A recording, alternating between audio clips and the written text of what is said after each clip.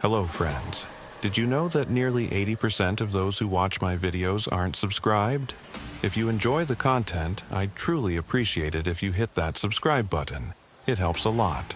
Also, don't forget to leave a like and share your thoughts in the comments. Your interaction not only supports the channel's growth, but also helps these stories reach more people. Thank you all for being here. By the way, where are you watching from? Let me know in the comments.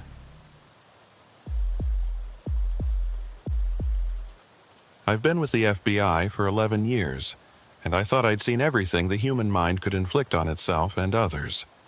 Serial killers in the Pacific Northwest, human trafficking rings along the Texas border, white-collar crimes that destroyed entire communities.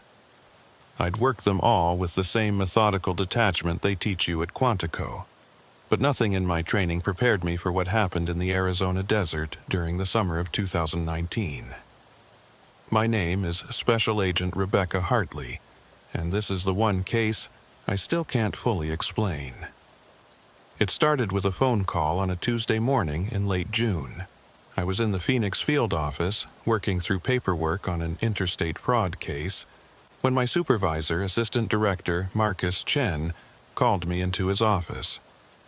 The air conditioning was fighting a losing battle against the 110-degree heat outside, and Chen looked tired. His shirt sleeves rolled up, his tie loosened. "Hartley, I need you to take a drive up to Kayenta County," he said, sliding a thin folder across his desk. "Sheriff's Department up there requested federal assistance on a missing persons case." I picked up the folder. Missing persons cases didn't usually warrant FBI involvement unless there were specific circumstances.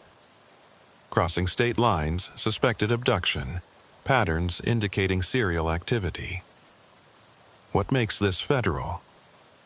"It's the third one in 8 months, Chen said, leaning back in his chair. "All adults, all disappeared without a trace from the same stretch of highway near a town called Mesa Hollow.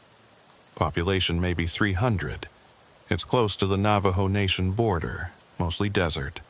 Nothing out there but a gas station and an old motel. Local sheriffs overwhelmed, and the Navajo Nation police are concerned because 2 of the missing were Native American, last seen traveling through that area. Any evidence of foul play? None. That's what's strange. Vehicles found abandoned, personal belongings left behind, no signs of struggle, no blood, no witnesses. It's like these people just stopped existing." He paused. "The latest disappearance was 4 days ago. Woman named Sarah Navarro, 32, elementary school teacher from Flagstaff. She was driving to visit her sister in Chinle. Should have been a straight shot on Route 160. Her car was found on the shoulder about 2 miles outside Mesa Hollow. Keys in the ignition, phone on the passenger seat, purse in the back. Door was open, no Sarah." I flipped through the folder. The other 2 victims were James Whitfield, a 45-year-old long-haul trucker from Oklahoma who'd been passing through, and Daniel Sosi, a 28-year-old Navajo man who worked construction and was heading home to many farms. Different ages, different backgrounds, no apparent connection except that final stretch of desert highway. "You want me to go alone?" "Take Morrison if you want backup, but honestly, I think this is going to be a lot of legwork and not much else. Could be coincidence. Could be people starting new lives. But 3 and 8 months, all from the same area, all leaving everything behind. That's enough to warrant a look." He tapped the folder. "The local sheriff is Tom Beckman. He's been cooperative, sent us everything he has. Not much, but it's a start." I drove north that afternoon, watching the landscape change from the sprawl of Phoenix to the empty vastness of the high desert. The further I got from the city, the more the modern world seemed to fall away. Billboard advertisements became sparse, then non-existent. Gas stations appeared every 50 miles instead of every 5. Cell phone signal flickered in and out like a dying candle. Mesa Hollow sat in a basin between 2 rust-colored mesas that rose like ancient sentinels on either side of Route 160. The town itself was barely worthy of the name. A Chevron station with 2 pumps, a diner called Betty's that looked like it hadn't been updated since 1975, a combination post office and general store, and the Desert Rose Motel, a single-story structure with peeling pink paint and a flickering neon vacancy sign. The sheriff's office was a small building made of cinder blocks, painted tan to match the desert. I parked my bureau sedan next to 2 county vehicles and a dusty pickup truck. The heat hit me like a physical force when I stepped out of the air-conditioned car.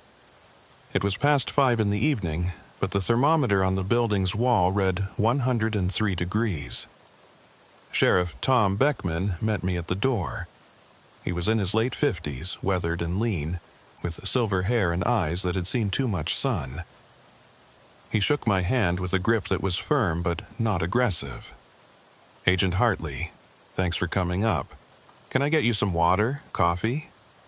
Water would be great. His office was small and utilitarian. A metal desk, filing cabinets, a corkboard covered with notices and wanted posters. He handed me a bottle of water from a small refrigerator and gestured to a chair. "I suppose A.D. Chen filled you in on what we've got here. 3 missing persons, all from this area, all within 8 months." I pulled out a notebook. "Tell me about the first one." James Whitfield. Beckman settled into his chair with a sigh.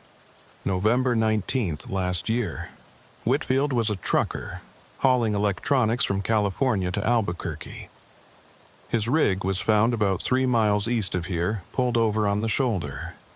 Engine running, driver's door open, CB radio still on.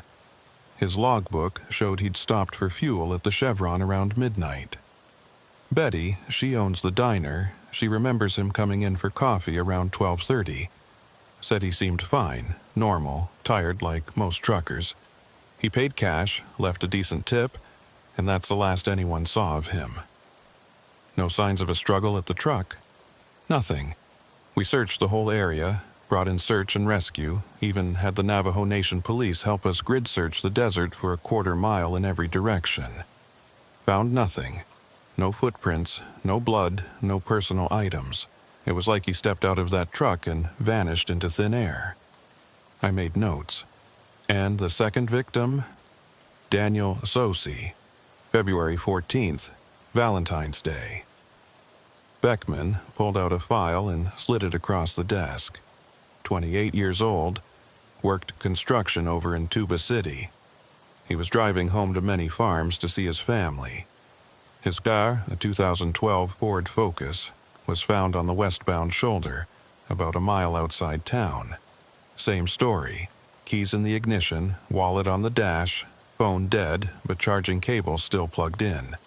No Daniel. Did he stop anywhere in town? No one remembers seeing him, but that was late. Around 11 at night.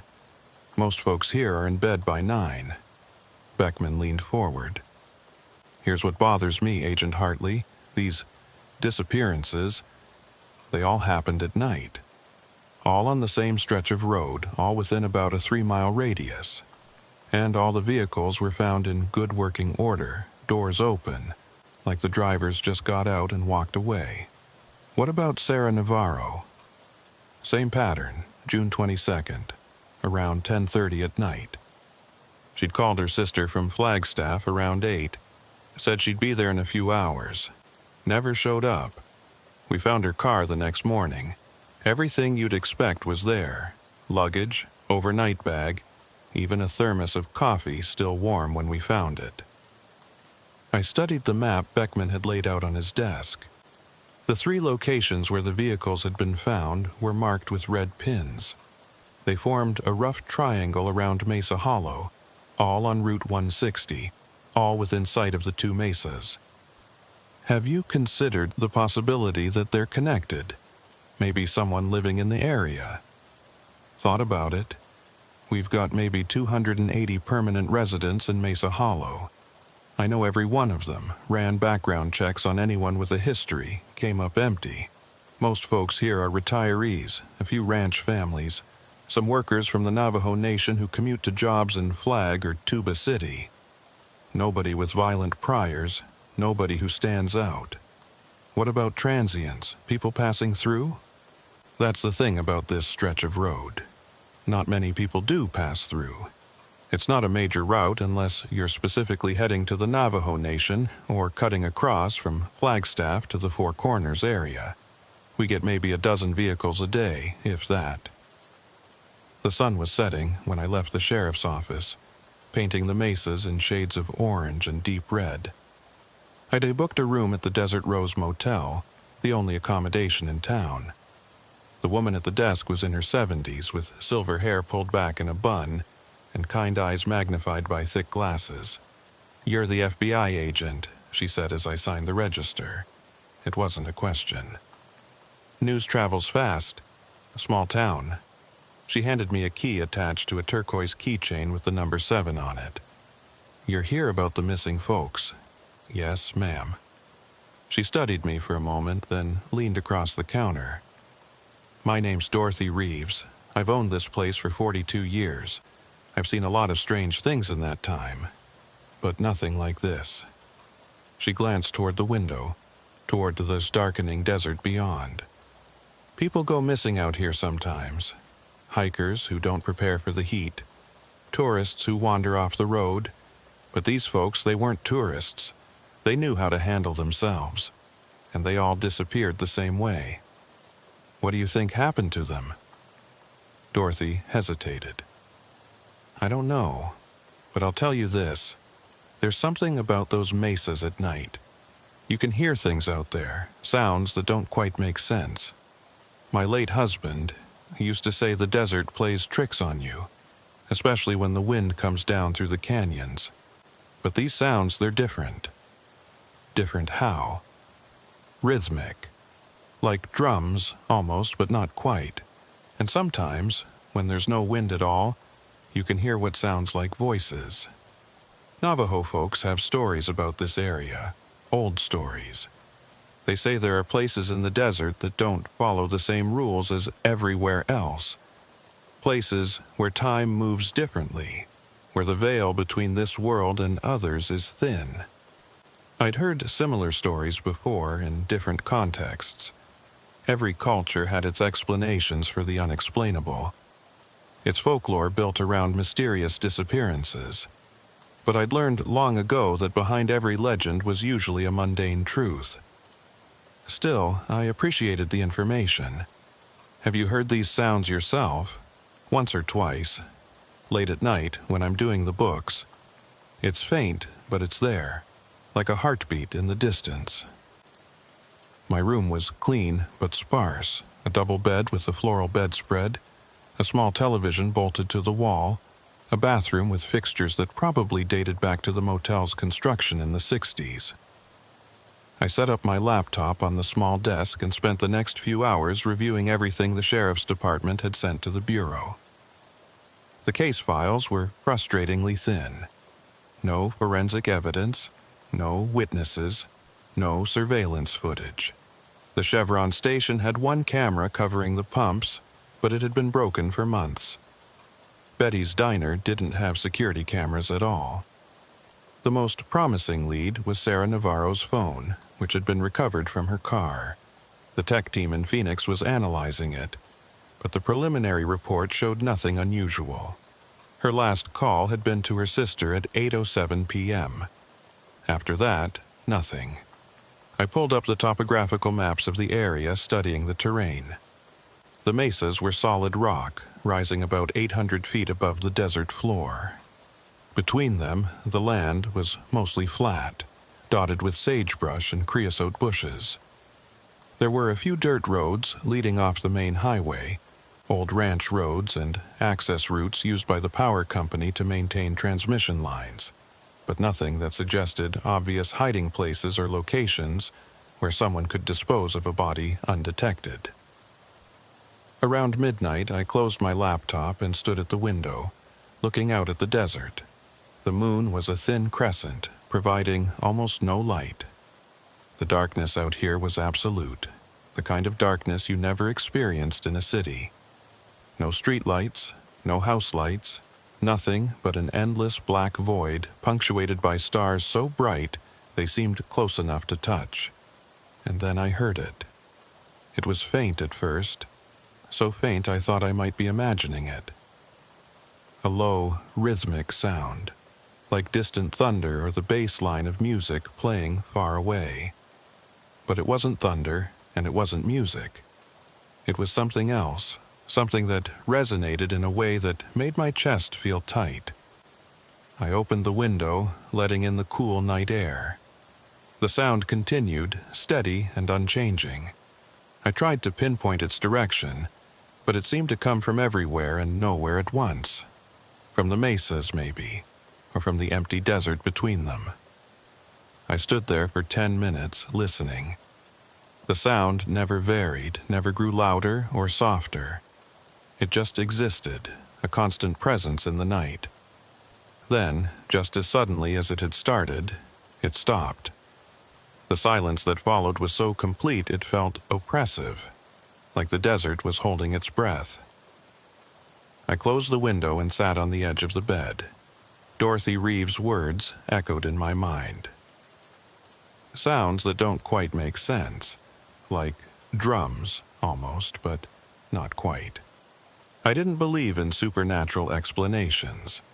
I'd spent my entire career proving that monsters were human, that the unexplainable usually had a rational explanation once you dug deep enough.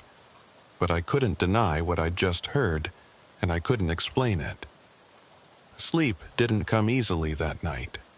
When I finally drifted off, I dreamed of endless highways stretching through darkness, of cars sitting empty on desert shoulders, of voices calling out in languages I couldn't understand. The next morning, I met Sheriff Beckman at Betty's Diner for breakfast. The place was exactly what you'd expect from a small-town diner. Red vinyl booths, a long counter with chrome stools, a jukebox in the corner playing country music. The smell of coffee and bacon filled the air. There were maybe half a dozen people scattered around the dining room, all of them turning to look when I walked in. Betty herself was a stout woman in her 60s with dyed red hair and a friendly smile. "You must be the FBI agent. Tom told me you were coming." She handed me a laminated menu. "Coffee? Please." Beckman was already seated in a booth near the window, working his way through a plate of eggs and hash browns. I slid in across from him. "Morning, Agent Hartley. Sleep okay?" "Well enough." I didn't mention the sounds I'd heard, not yet. "I want to visit the locations where the vehicles were found. Start with Sarah Navarro's car, then work backward." "Sure thing. I figured you would. I can take you out there after breakfast." Betty brought my coffee and took my order. While we waited, I asked Beckman about the town's history. "Has anything like this ever happened before? Any pattern of disappearances?" "Not like this. We've had the occasional missing person over the years, but they usually turn up. Drunk who wandered into the desert and sobered up 20 miles away. Domestic situations where someone left their spouse and didn't want to be found. But nothing like these three. These are different." "How so?" "The completeness of it. No bodies, no ransom demands if it's kidnapping, no contact of any kind. It's like they ceased to exist the moment they stepped out of their vehicles." He took a sip of coffee. "I've been a cop for 34 years, Agent Hartley. Started as a deputy in Tucson, worked my way up. I've seen murders, suicides, accidents of every kind. I've learned to trust my gut, and my gut tells me something very wrong is happening here. I just can't figure out what." After breakfast, we drove east on Route 160 in Beckman's county vehicle. The morning sun was already intense, the heat rising in visible waves from the asphalt. We passed the Chevron station, the last outpost of civilization, and continued into the emptiness beyond. 2 miles out, Beckman pulled onto the shoulder. "This is where we found Sarah Navarro's car." I got out and looked around. The landscape was featureless in every direction. Scrub brush, rocks, the distant mesas rising like walls on either side of the highway. The shoulder was gravel and hard-packed dirt, still marked with tire impressions from when the car had been towed. "Show me exactly how the car was positioned." Beckman pointed. Front wheels were straight, angled slightly toward the desert. Driver's door was open all the way, not just cracked. She'd pulled over deliberately, put it in park, turned the engine off. The hazard lights weren't on, but that might not mean anything. Some people forget. I walked in a slow circle around the location, studying the ground. The desert floor was a mixture of sand, gravel, and small rocks. Not ideal for preserving footprints, but not impossible either. "Your team searched the immediate area?" "Grid pattern, quarter-mile radius. We found tire tracks, but they were from our own vehicles and the tow truck. No other footprints except Sarah's leading away from the car for maybe 20 feet, then nothing." "Nothing? They just stopped?" "Completely. It was like she took 20 steps and then either flew away or was picked up by something." I knelt down where Beckman indicated the footprints had ended.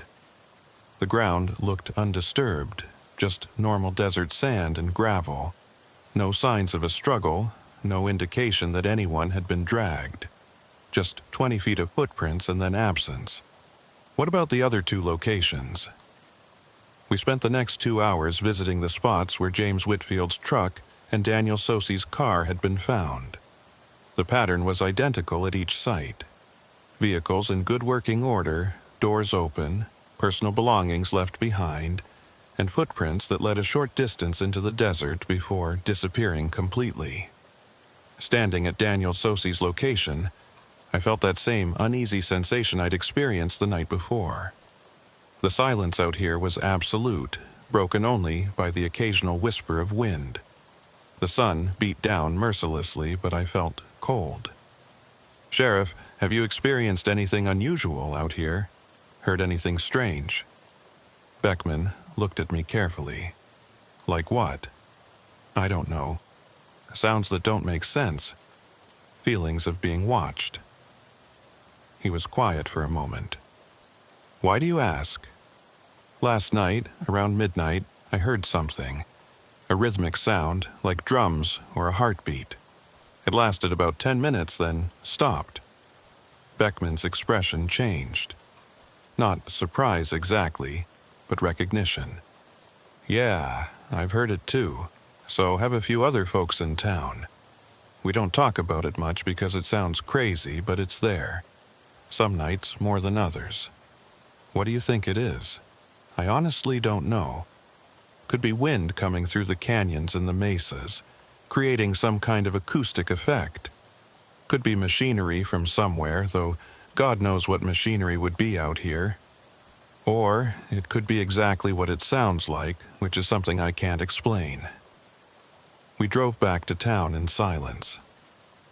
I spent the rest of the day interviewing residents, starting with Betty from the diner. She confirmed that James Whitfield had stopped for coffee the night he disappeared. "He seemed fine," she said. "Tired, like truckers always are, but nothing unusual. We talked about the weather, about his route. He mentioned he was behind schedule and needed to make up time. He drank his coffee fast, left $4 on the counter for a $2 cup, and walked out. I watched him get in his truck and pull back onto the highway. Yeah, that was the last I saw of him." "Did you notice anyone else around? Any other vehicles?" "Not that I remember. It was late, after midnight. We don't get much traffic that time of night." I spoke with the Chevron station attendant, a young Navajo man named Joseph Benally. He'd been working the night Daniel Sosey disappeared. "I didn't see him," Joseph said, "but I was inside most of the night, doing inventory. If he didn't stop for gas, I wouldn't have noticed him driving past." "Have you heard the sounds people talk about? The drums or heartbeat?" Joseph's expression became guarded. "I've heard things. My grandmother, she says this area has always been special. Not good special, not bad special, just different. There are old stories about places like this, where the boundaries aren't as solid as they are elsewhere. Boundaries? Between here and there. Between what is and what was, the old people. They knew to avoid certain places at certain times, but most folks don't believe in that anymore. Do you believe it? He considered the question. I believe there are things we don't understand. Things that can't be explained by science or logic. My grandmother, she's 102 years old, still sharp as a tack. She says the disappearances, they're not new. She remembers stories from when she was a girl, about people vanishing near the mesas. It didn't happen often, maybe once every 20 or 30 years, but it happened. That evening, I sat in my motel room, reviewing my notes. The rational part of my brain kept trying to find a logical explanation. A serial killer operating in the area, disposing of bodies in a way that left no trace. Human trafficking, though that didn't explain the abandoned vehicles. Voluntary disappearances. People running from their lives, though 3 and 8 months seemed like too many for coincidence. But none of those explanations felt right. There was something else here, something I wasn't seeing. Around 10 p.m., I decided to drive back out to the location where Sarah Navarro's car had been found. I didn't tell Beckman. This wasn't official bureau procedure. This was instinct, the same instinct that had made me a good agent for 11 years. The night was clear, the stars brilliant against the black sky. I parked on the shoulder exactly where Sarah's car had been and turned off the engine. The silence was immediate and complete. I sat there for a few minutes, letting my eyes adjust to the darkness, listening. Nothing. I got out of the car, leaving the door open, and walked 20 paces into the desert. This was approximately where Sarah's footprints had ended. I stood still, barely breathing, waiting. The sound started gradually, so quietly at first that I thought I was imagining it. That same rhythmic pulse I'd heard the night before, but clearer now, more distinct. Not quite drums, not quite a heartbeat. Something in between, something organic but also mechanical. My FBI training told me to get back in the car, to call for backup, to approach this rationally. But something else, some deeper instinct, kept me rooted to the spot. I turned slowly, trying to determine the source of the sound. The mesas. The sound was coming from the mesas, or from between them.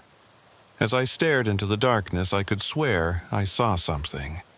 Not a light exactly, but a quality to the air that was different. A shimmer, like heat distortion. But it was night and cold. The sound grew louder, more insistent. My heart began to race. Every instinct screamed at me to run, to get back in the car and drive away. But I needed to understand.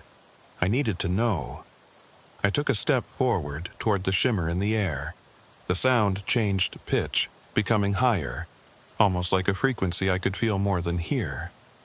The shimmer grew more pronounced. I could see it clearly now, a distortion in the air about 50 feet away, roughly circular, maybe 10 feet in diameter. I took another step. Behind me, my car door slammed shut. The sound was so sudden and unexpected that I spun around, my hand instinctively going to the weapon at my hip.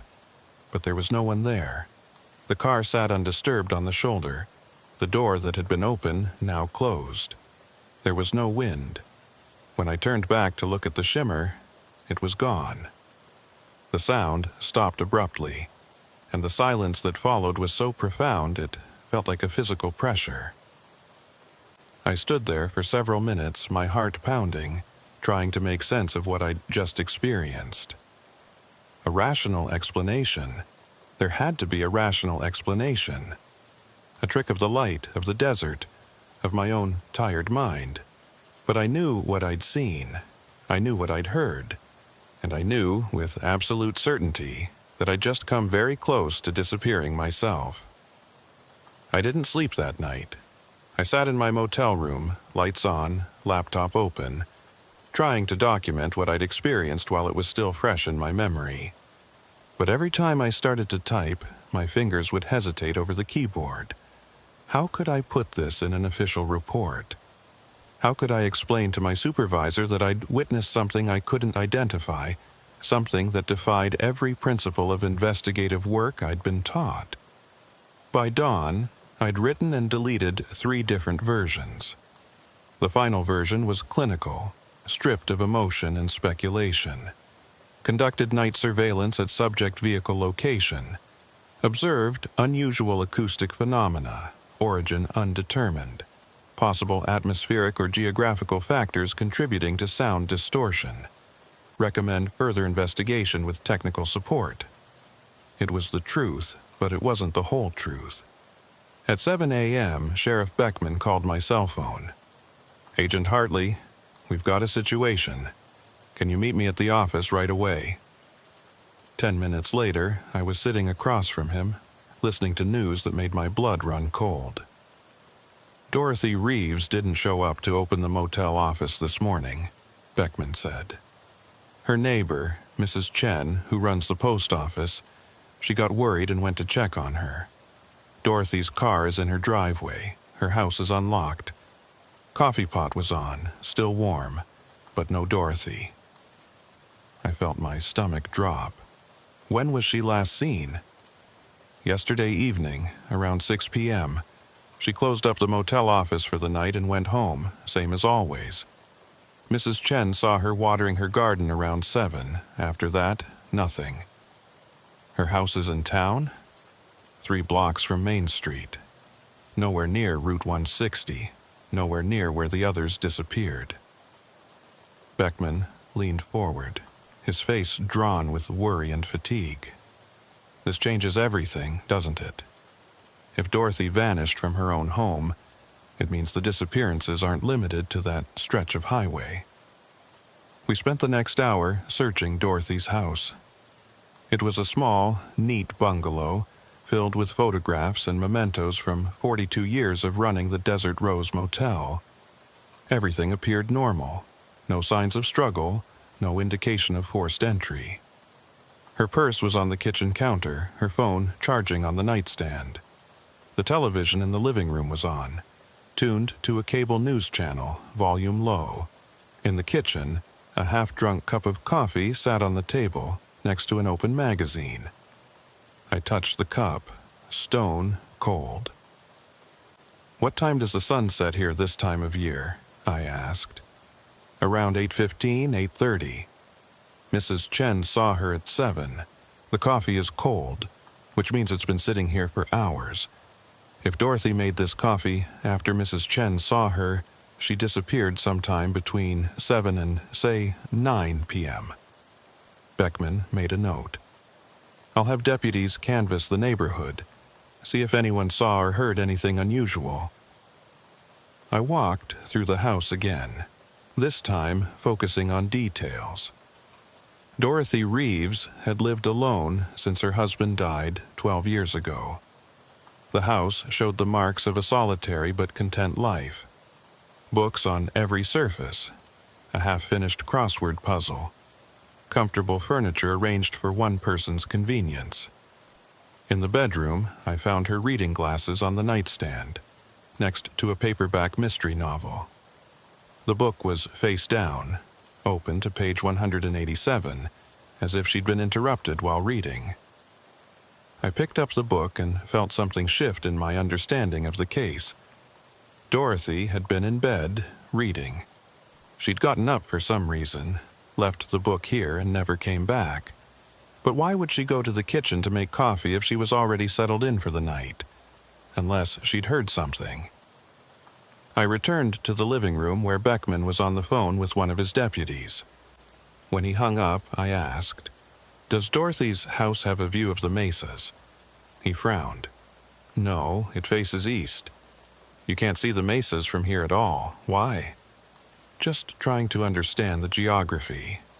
But my mind was racing. If Dorothy couldn't see the mesas from her house, what had drawn her outside? What had made her leave her comfortable bed and her book? We spent the rest of the morning conducting interviews. Mrs. Chen, Dorothy's neighbor, was a tiny Chinese-American woman in her 80s, sharp-eyed and observant. Dorothy and we had the same routine every evening, she said.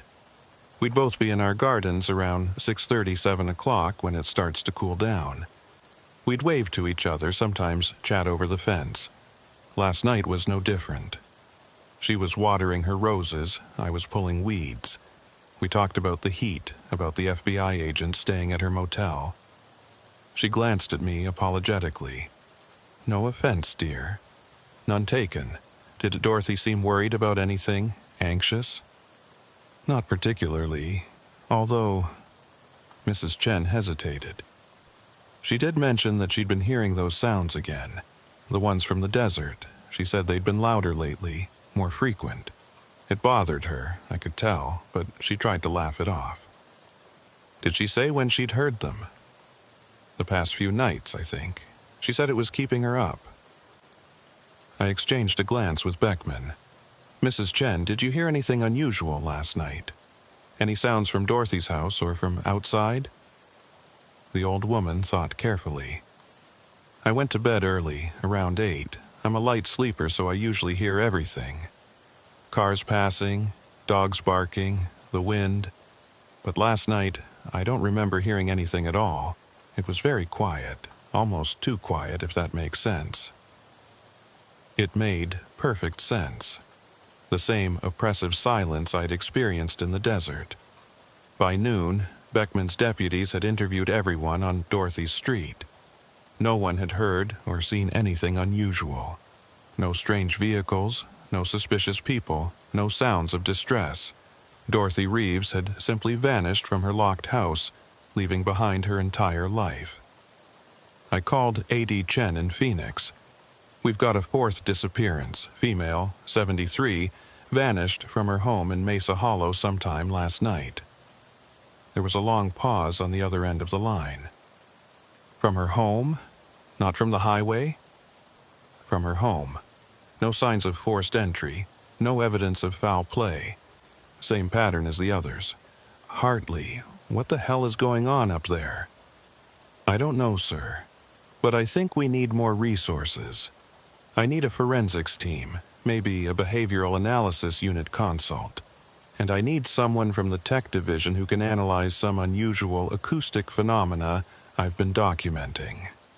Another pause. "Acoustic phenomena?" I chose my words carefully. "There are sounds in this area, sir. Unexplained sounds that seem to correlate with the disappearances. I don't know if they're relevant, but I think they warrant investigation." "All right. I'll see what I can do. In the meantime, be careful up there, Hartley. 4 disappearances in 8 months is beyond coincidence. If there's someone targeting people in that area, you could be next." After hanging up, I returned to the Desert Rose Motel. Without Dorothy to run it, the place felt abandoned, despite the half-dozen cars in the parking lot belonging to guests. I used my FBI credentials to access the motel office and spent the next few hours going through Dorothy's records. The guest register went back 5 years, a handwritten log of every person who'd stayed at the Desert Rose. I cross-referenced the dates of the disappearances with the register, looking for any names that appeared multiple times, any pattern that might suggest a regular visitor to the area. Nothing stood out.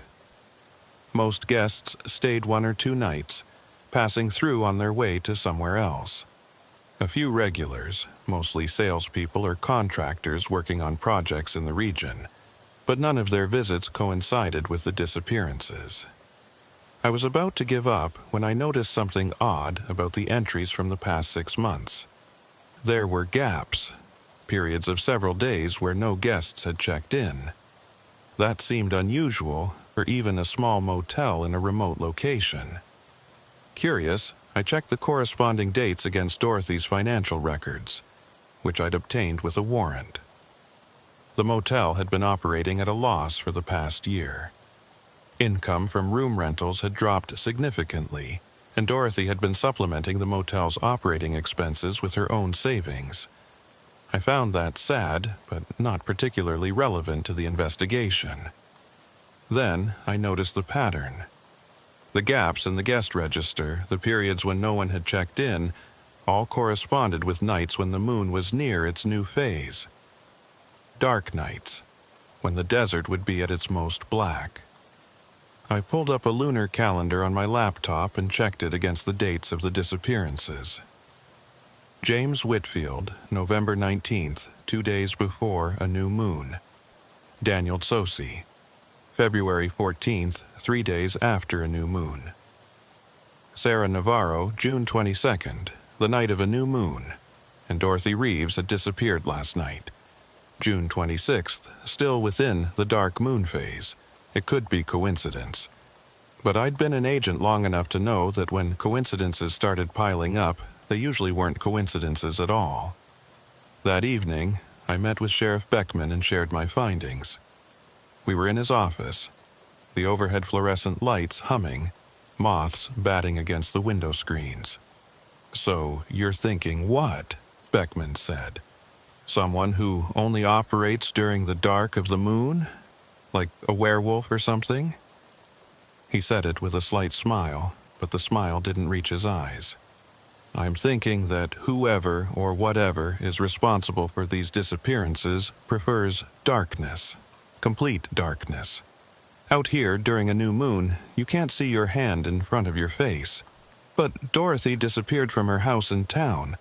There are street lights, porch lights. It's not completely dark. No, but it's darker than it would be with a full moon." I hesitated, then decided to share what I'd been thinking. "Sheriff, I need to tell you something about last night. I drove out to the location where Sarah Navarro disappeared. I wanted to see the area at night to get a feel for it." Beckman's expression became more alert. "And?" "I experienced something. I'm not sure how to describe it, and I'm not sure it will make it into my official report. But I heard those sounds, the rhythmic drumming or heartbeat, and I saw something, a distortion in the air, like heat shimmer but at night. It was circular, maybe 10 feet across, about 50 feet from where I was standing."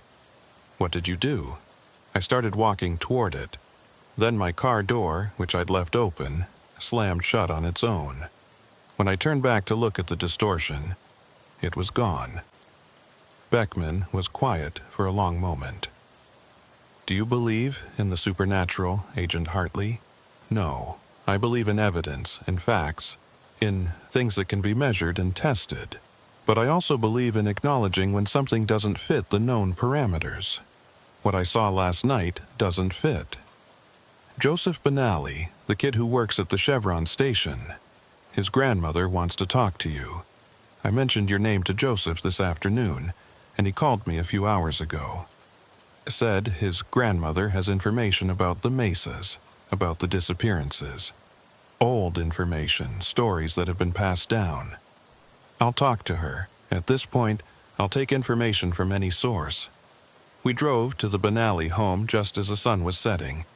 It was a small ranch house about 5 miles outside Mesa Hollow, surrounded by desert and a few struggling cottonwood trees. Joseph met us at the door, a serious expression on his young face. "My grandmother doesn't speak much English," he said. "I'll translate for you." The interior of the house was modest but immaculate. Navajo rugs hung on the walls, and the smell of fry bread lingered in the air. Joseph's grandmother sat in a recliner near the window, a tiny woman with long gray hair and eyes that seemed to look through you rather than at you. Joseph spoke to her in Navajo, a flowing musical language I didn't understand. She listened, then began to speak, her voice soft but steady. Joseph translated. "She says the disappearances have happened before. Not often, but they've happened. Her grandmother told her stories, and her grandmother's grandmother before that. Every few generations, the mesas take people, usually during the dark moon, usually at night. Why? I asked. What causes it?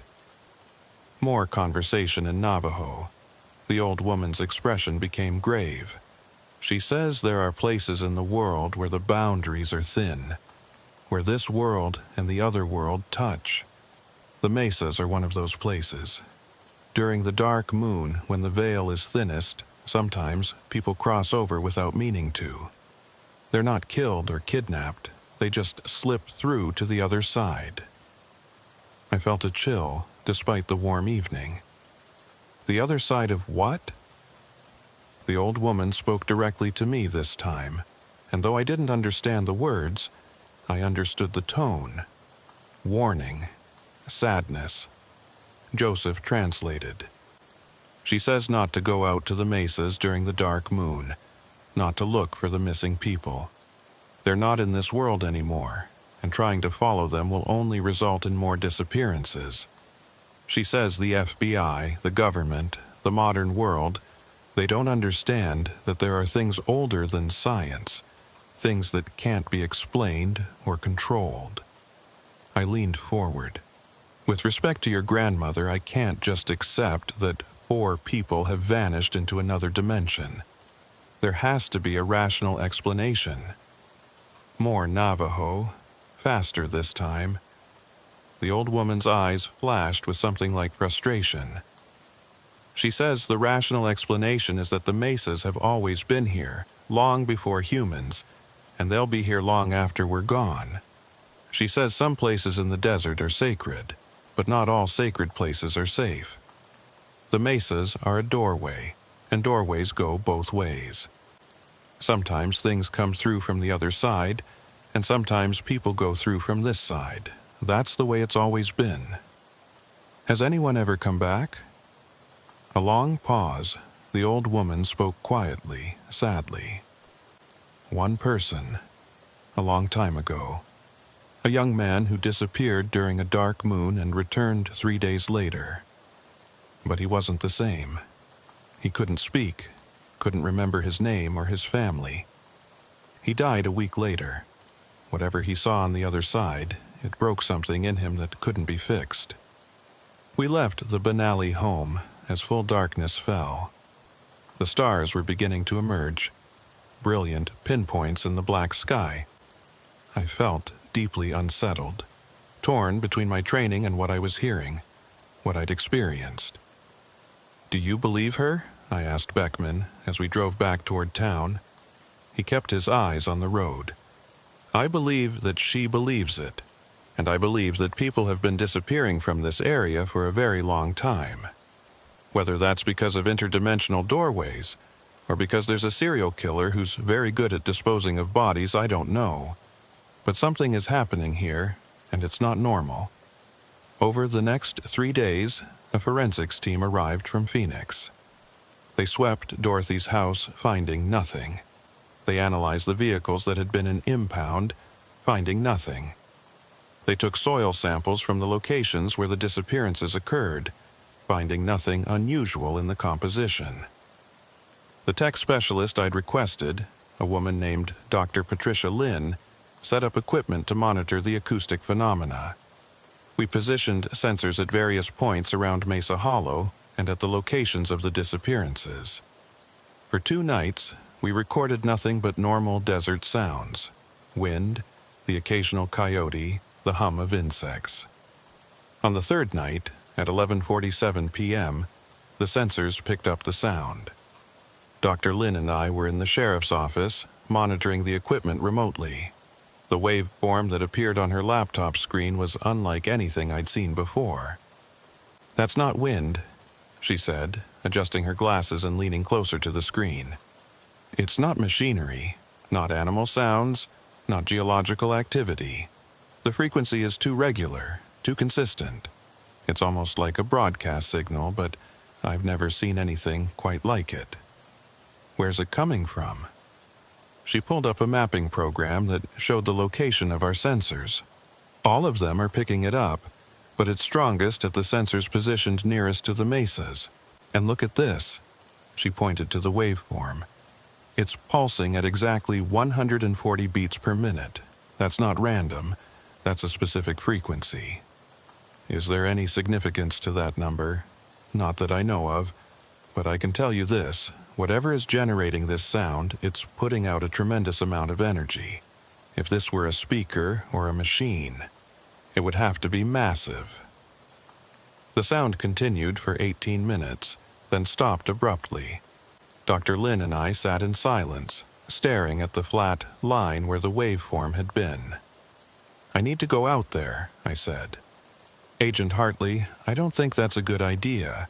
We don't know what's causing this, and given the pattern of disappearances, I know. But I can't solve this case sitting in an office. Whatever is happening at those mesas, I need to see it firsthand.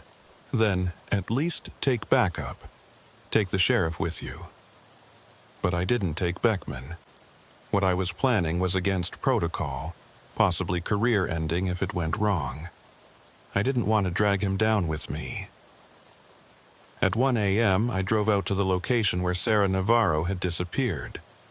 I parked my car on the shoulder, exactly where hers had been, and killed the engine. The night was moonless, perfectly dark except for the stars. I sat for a moment, listening to my own breathing, feeling my heart beat in my chest.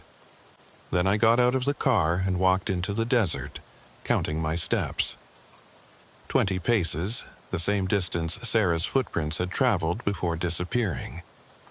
The sound started almost immediately. That rhythmic pulse, exactly 140 beats per minute, rising from the darkness like something alive. I stood still, forcing myself to breathe normally, to observe rather than react. The air began to change. I felt it before I saw it. A tingling sensation on my skin, like static electricity. Then the shimmer appeared, that same circular distortion I'd seen before, but clearer now, more defined. It wasn't a trick of the light because there was no light. It was something else, a place where the darkness was different, where reality seemed to flex and bend. I took my phone from my pocket and tried to take a photo. The screen flickered, then went dead. The phone was completely unresponsive, as if all its circuits had simply stopped working. The shimmer grew more pronounced. Through it, or beyond it, I thought I could see something. Not clearly, just impressions. Shapes that might be rocks or buildings. Light that wasn't quite light. Movement that could be wind, or could be something else entirely. Every instinct screamed at me to run, to get back in the car and drive away. But I'd come this far. I needed to understand. I took a step toward the shimmer.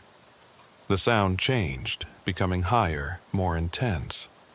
The shimmer seemed to reach toward me, or maybe I was being pulled toward it. The sensation was disorienting, like the ground beneath my feet wasn't quite solid anymore. I took another step. Something grabbed my arm. I spun around, my hand going to my weapon, and found myself face to face with Sheriff Beckman. He was shouting something, but I couldn't hear him over the sound. He pulled me backward, away from the shimmer, his grip iron tight on my arm. The sound reached a crescendo, a frequency so high it was almost painful. The shimmer collapsed in on itself, disappearing in an instant, and the silence that followed was absolute. Beckman didn't let go of my arm until we were back at the cars. He was breathing hard, his face pale in the starlight. "What the hell were you thinking?" he shouted. "You were about to walk right into it." I was shaking, adrenaline flooding my system. "How did you know I was here?" "Dr. Lin called me. Said you'd taken off on your own and she was worried. I got here just in time to see you walking toward that thing like you were in a trance." I wasn't in a trance. I knew exactly what I was doing. "Did you?" Because from where I was standing, it looked like that thing had you. I didn't have an answer for that. Had I been in control, or had the shimmer been pulling me in? I honestly didn't know. We drove back to town in separate vehicles. By the time I reached the motel, I was exhausted, my mind struggling to process what I'd experienced. I'd come close to disappearing, close to becoming the fifth victim in a pattern I still didn't understand. In my room, I tried to turn on my phone. It remained dead, a useless piece of plastic and metal. Whatever had been in that shimmer, it had fried every electronic component in the device. I lay awake until dawn, listening to the desert silence, wondering how I was going to explain any of this in a report that wouldn't get me committed for a psychological evaluation. The next morning brought news that made everything worse.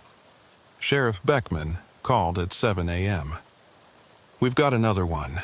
Local rancher named Martin Phelps. His wife called it in 20 minutes ago. Martin went out to check on some cattle around midnight and never came back. She found his truck about a mile from their ranch house, driver's door open, engine running. No Martin. The Mesas? Not directly, but the ranch is about 2 miles west of the Mesas. Close enough. 5 disappearances in 8 months. The pattern was accelerating. The forensics team processed Martin Phelps' truck with the same thoroughness they'd applied to every previous scene, and with the same result. Nothing. No fingerprints that shouldn't be there, no trace evidence, no signs of struggle. Just an abandoned vehicle, and a man who'd ceased to exist. I interviewed Martin's wife, Elena, at their ranch house. She was in her early 60s, weathered from decades of desert life, her hands strong from years of ranch work. She sat at her kitchen table, a cup of coffee growing cold between her hands, and told me what had happened. "Martin always checks the cattle before bed," she said, her voice steady despite the fear in her eyes. "We've been losing calves to coyotes, so he's been extra vigilant. Last night, he went out around 11:30, said he'd be back in 20 minutes. When he wasn't back by midnight, I started to worry. When he wasn't back by 12:30, I went looking. Did he take anything with him? A weapon? A flashlight? His rifle was in the truck, along with his spotlight. But both were untouched when I found the truck. The spotlight was still in its holder, the rifle still in the rack behind the seat. Mrs. Phelps, had your husband mentioned seeing or hearing anything unusual lately? Any problems with trespassers? Any strange occurrences on your property?" She hesitated, then nodded slowly. "About a week ago, some of our cattle were acting strange. Bunched up in the corner of the north pasture. The one closest to the mesas, all facing the same direction like they were watching something. Martin went out there to see what had them spooked, but he couldn't find anything. No predators, no broken fence, nothing." "Which direction were they facing?" "East, toward the mesas." After leaving the Phelps Ranch, I met with Beckman and Dr. Lynn at the sheriff's office. The acoustic data from the previous night showed that the sound had occurred again, lasting from 11:45 p.m. until 12:13 a.m. 28 minutes this time, 10 minutes longer than before. "It's getting stronger," Dr. Lynn said, pulling up the waveform analysis on her laptop. "The amplitude is increasing with each occurrence. Whatever is generating this sound, it's becoming more active." I studied the data, looking for any pattern I might have missed. The duration is increasing, but is there any consistency to when it occurs? Always at night, always during the dark moon phase. But within those parameters, it seems random. No specific time, no specific trigger that I can identify. Beckman leaned against his desk, arms crossed. "We've got 5 people missing in 8 months. The first 3 were spread out, 1 every couple of months. But Dorothy vanished 5 days ago, and now Martin. It's accelerating." I knew he was right. Whatever was happening, it was building toward something. I could feel it, the same way you can feel a storm building on the horizon. "Sheriff, I need you to help me with something. I need a detailed timeline of every disappearance, cross-referenced with the lunar calendar, the acoustic events, and any other unusual occurrences in the area. Weather anomalies, power outages, anything that might seem related." We spent the next several hours building the timeline on a large whiteboard in the conference room.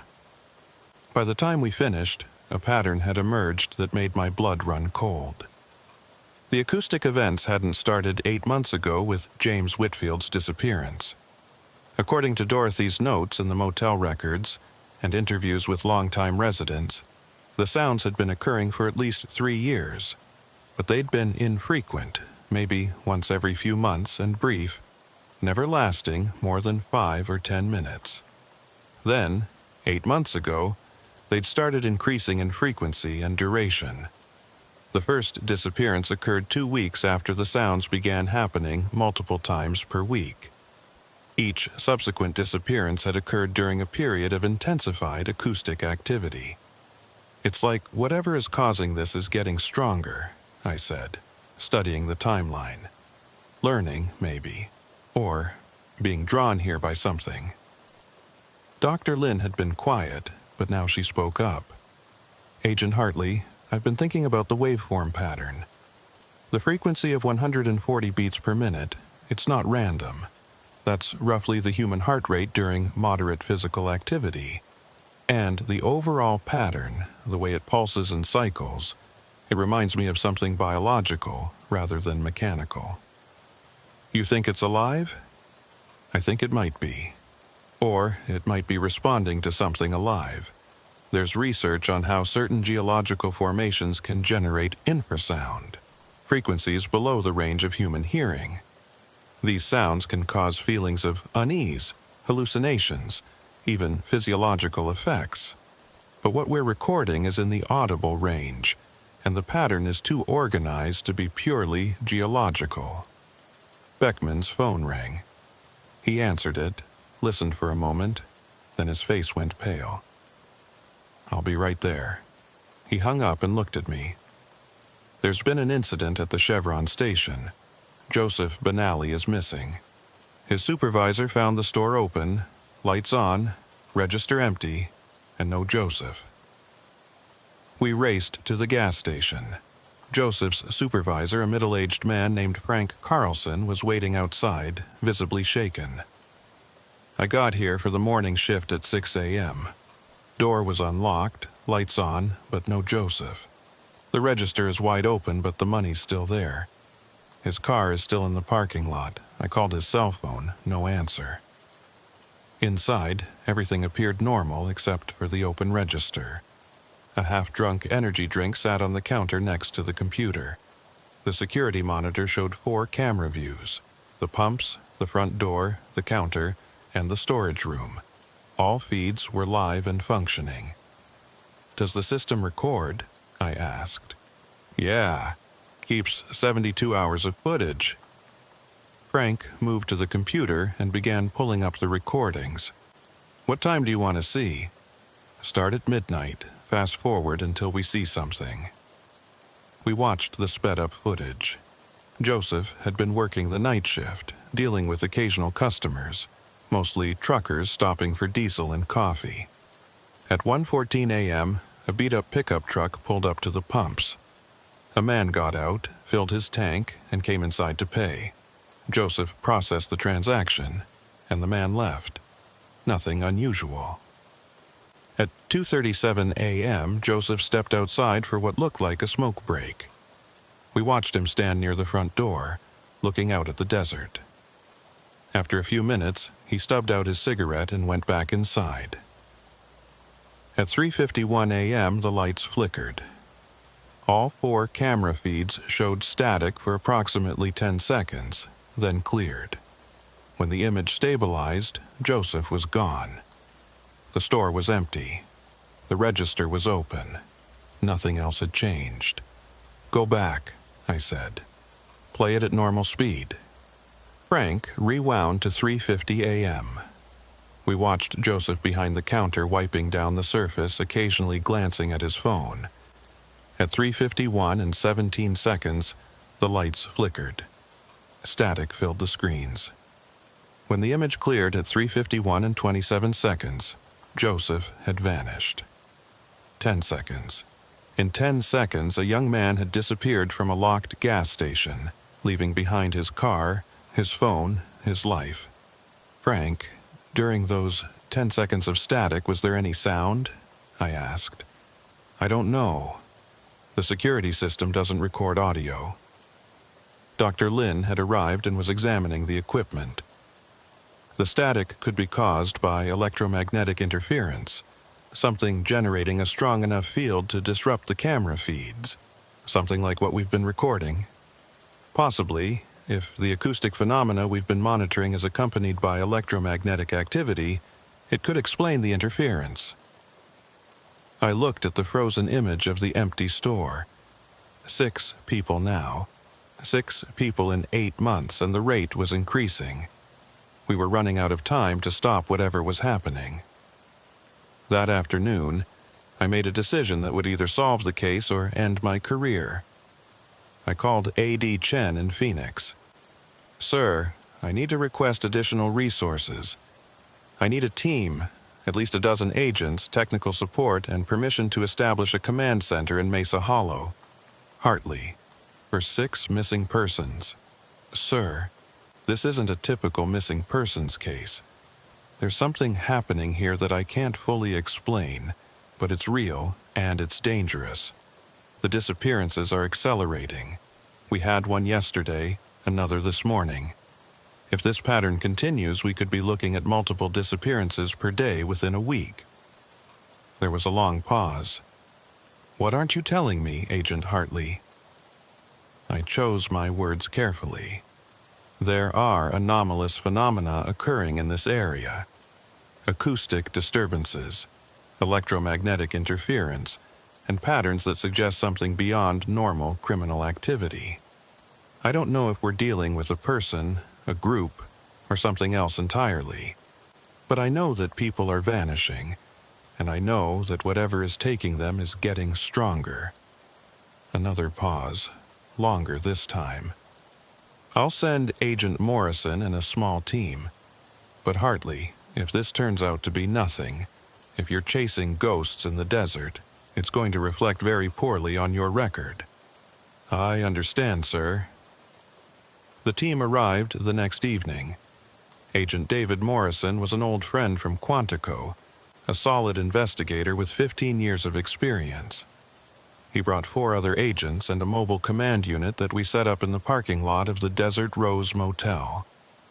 I briefed the team on everything we'd discovered, showing them the timeline, the acoustic data, the security footage from the Chevron station.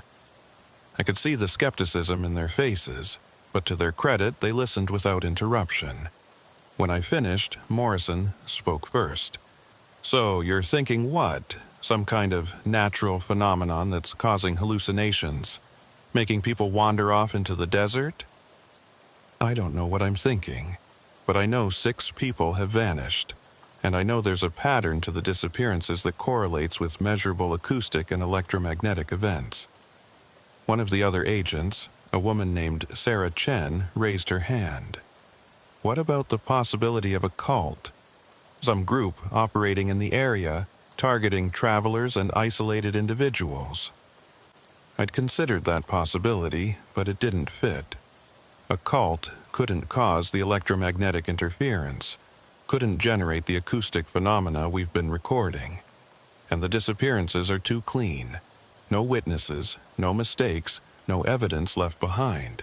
Even the most sophisticated criminal organization would slip up eventually. We spent the next 2 days conducting intensive surveillance of the area around the mesas. We set up cameras, motion sensors, and additional acoustic monitoring equipment. We interviewed every resident of Mesa Hollow, cataloging everyone who'd seen or heard anything unusual in the past year.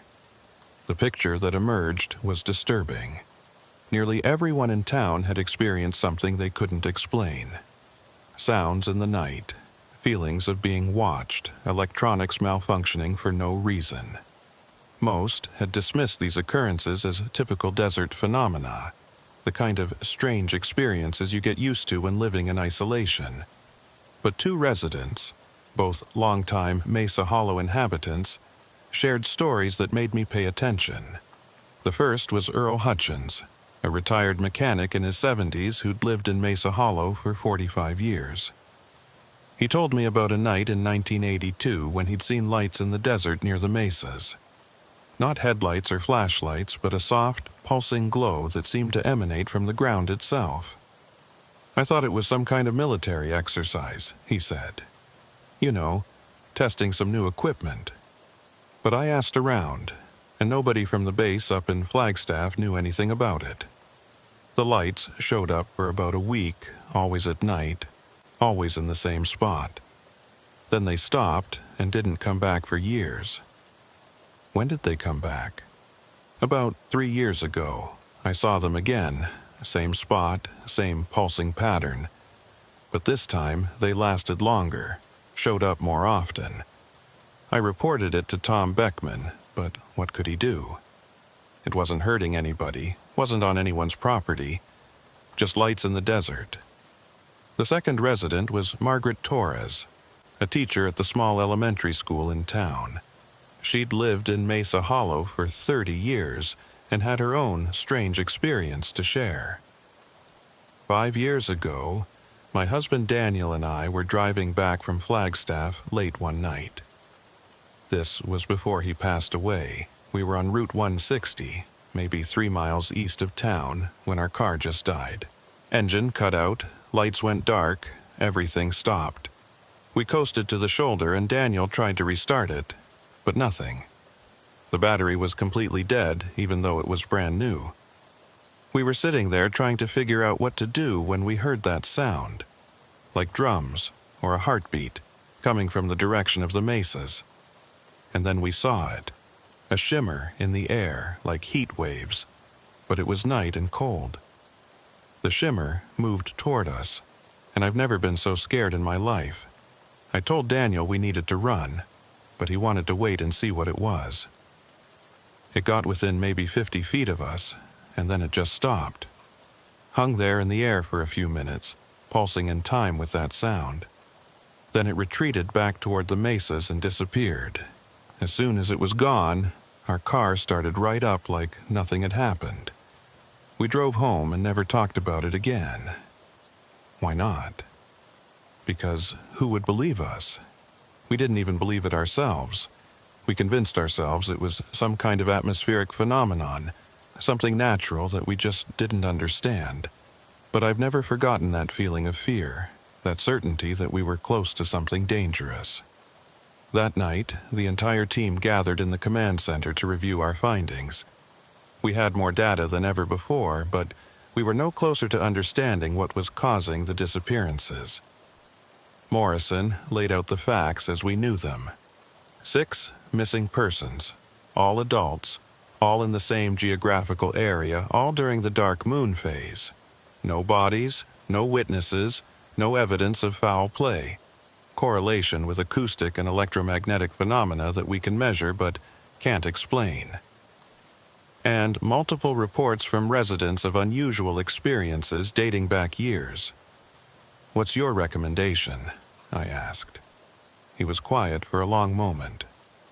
"Honestly, I think we need to call in specialists, not just FBI tech support, but scientists, geologists, physicists, maybe even researchers who specialize in unusual phenomena.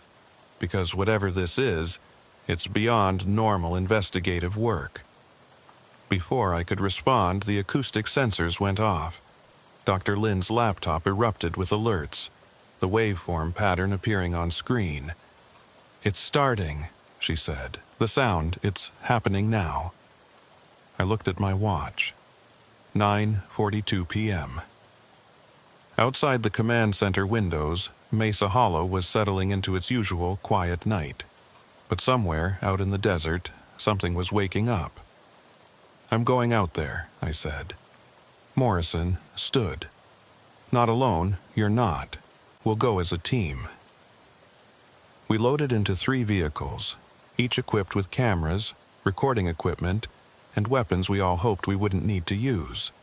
The plan was to position ourselves at 3 different locations: where Sarah Navarro's car had been found, where Martin Phelps' truck had been abandoned, and a point directly between the 2 mesas. I took the position between the mesas, along with Morrison and Sarah Chen. We parked our vehicle on a dirt access road and set up our equipment. The sound was clearly audible now, that rhythmic pulse that seemed to come from everywhere and nowhere. "I'm getting readings," Chen said, watching her electromagnetic field detector. "The field strength is off the charts. Whatever's generating this, it's putting out massive amounts of energy."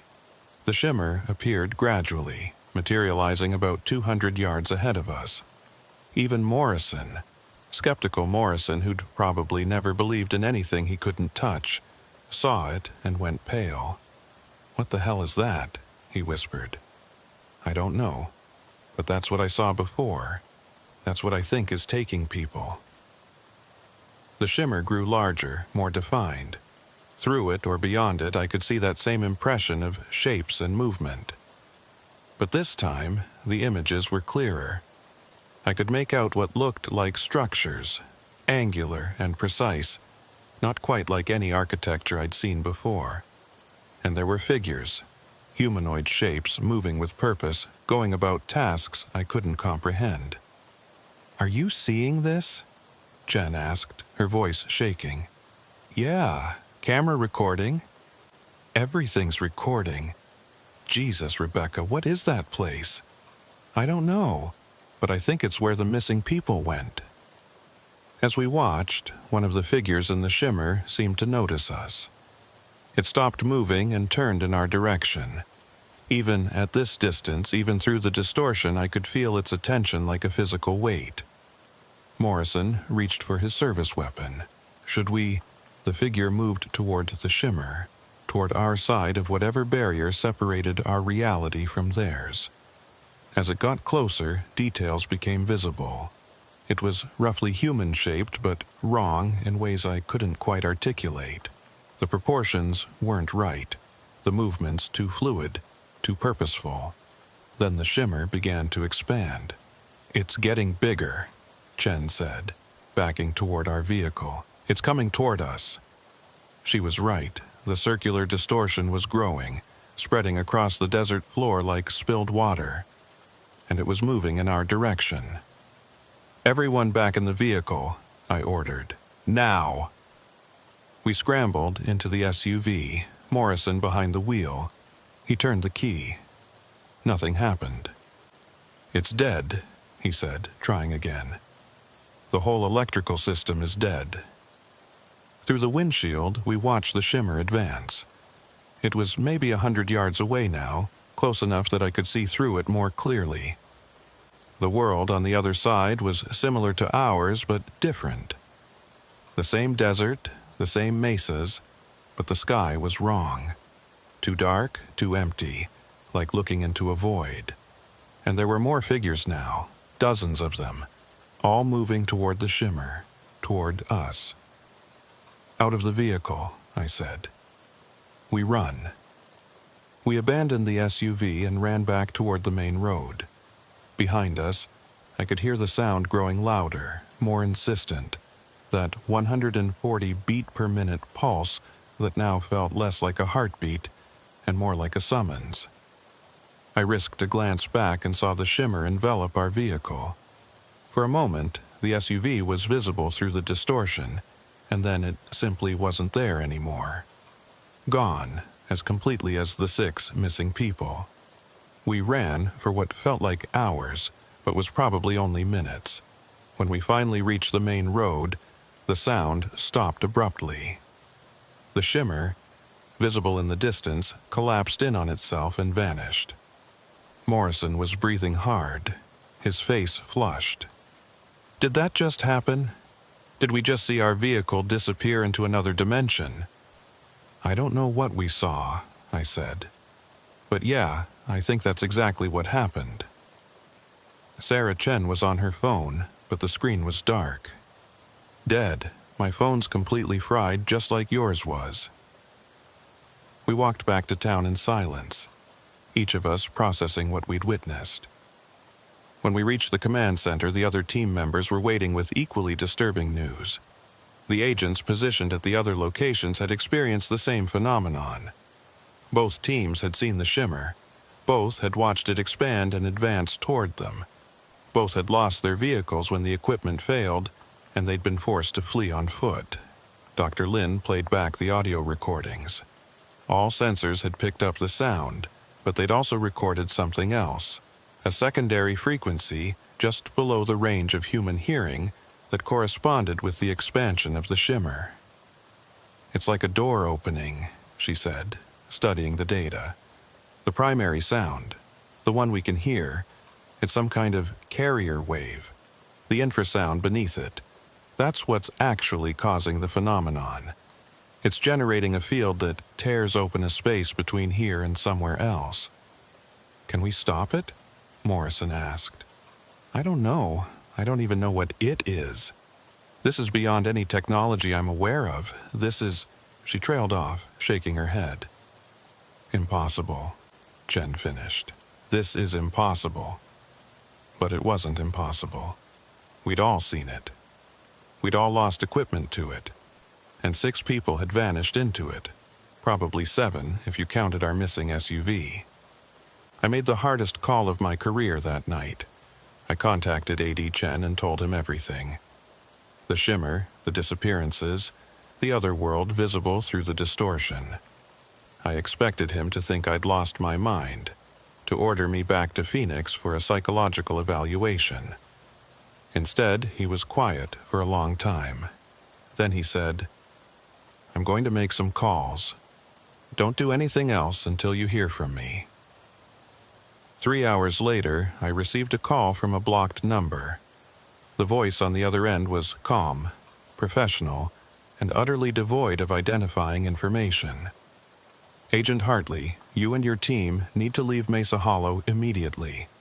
Pack up your equipment, return to Phoenix, and file a report stating that the investigation is ongoing, but no conclusive evidence has been found. You will not discuss what you witnessed with anyone outside your immediate team. Is that understood?"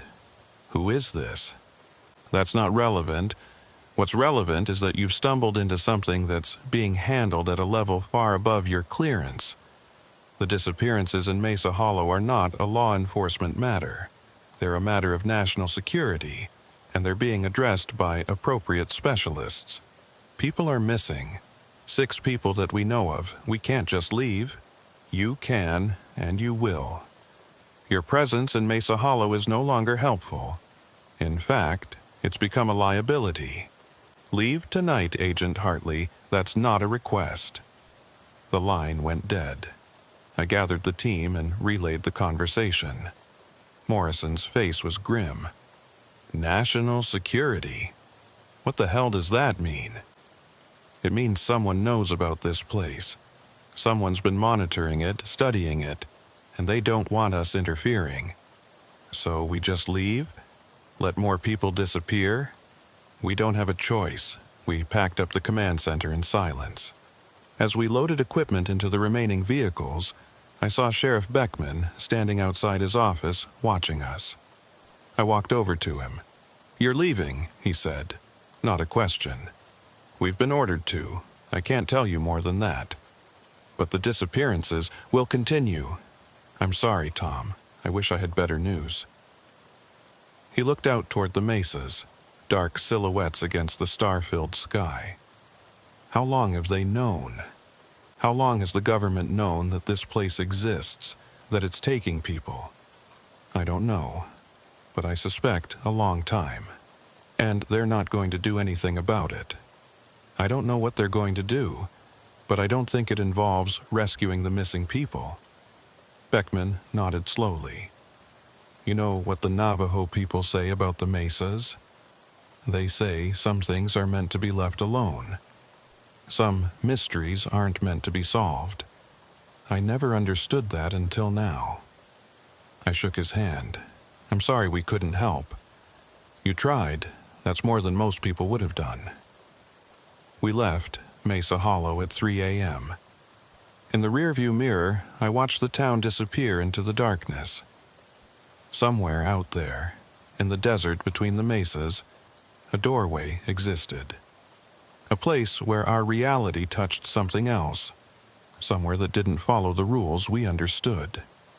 And 6 people were on the other side, in a place we couldn't reach, facing a fate we couldn't imagine.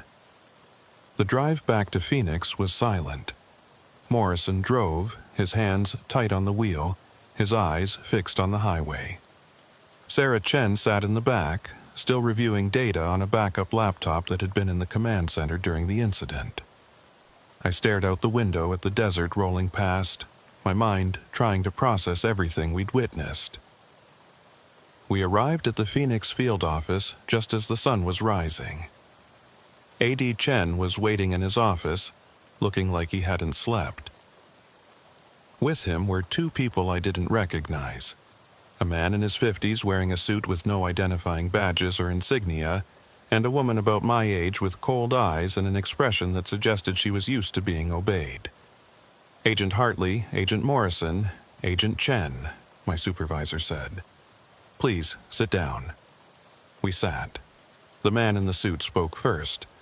My name is not important. What's important is that you understand the situation you've found yourselves in. Mesa Hollow has been under observation by various government agencies for approximately 40 years. What you witness there is classified at a level that requires specialized clearance. You do not have that clearance. Then why tell us anything? I asked. The woman answered. Because you've seen too much to be left completely in the dark. If we don't give you some context, you'll keep digging, keep asking questions.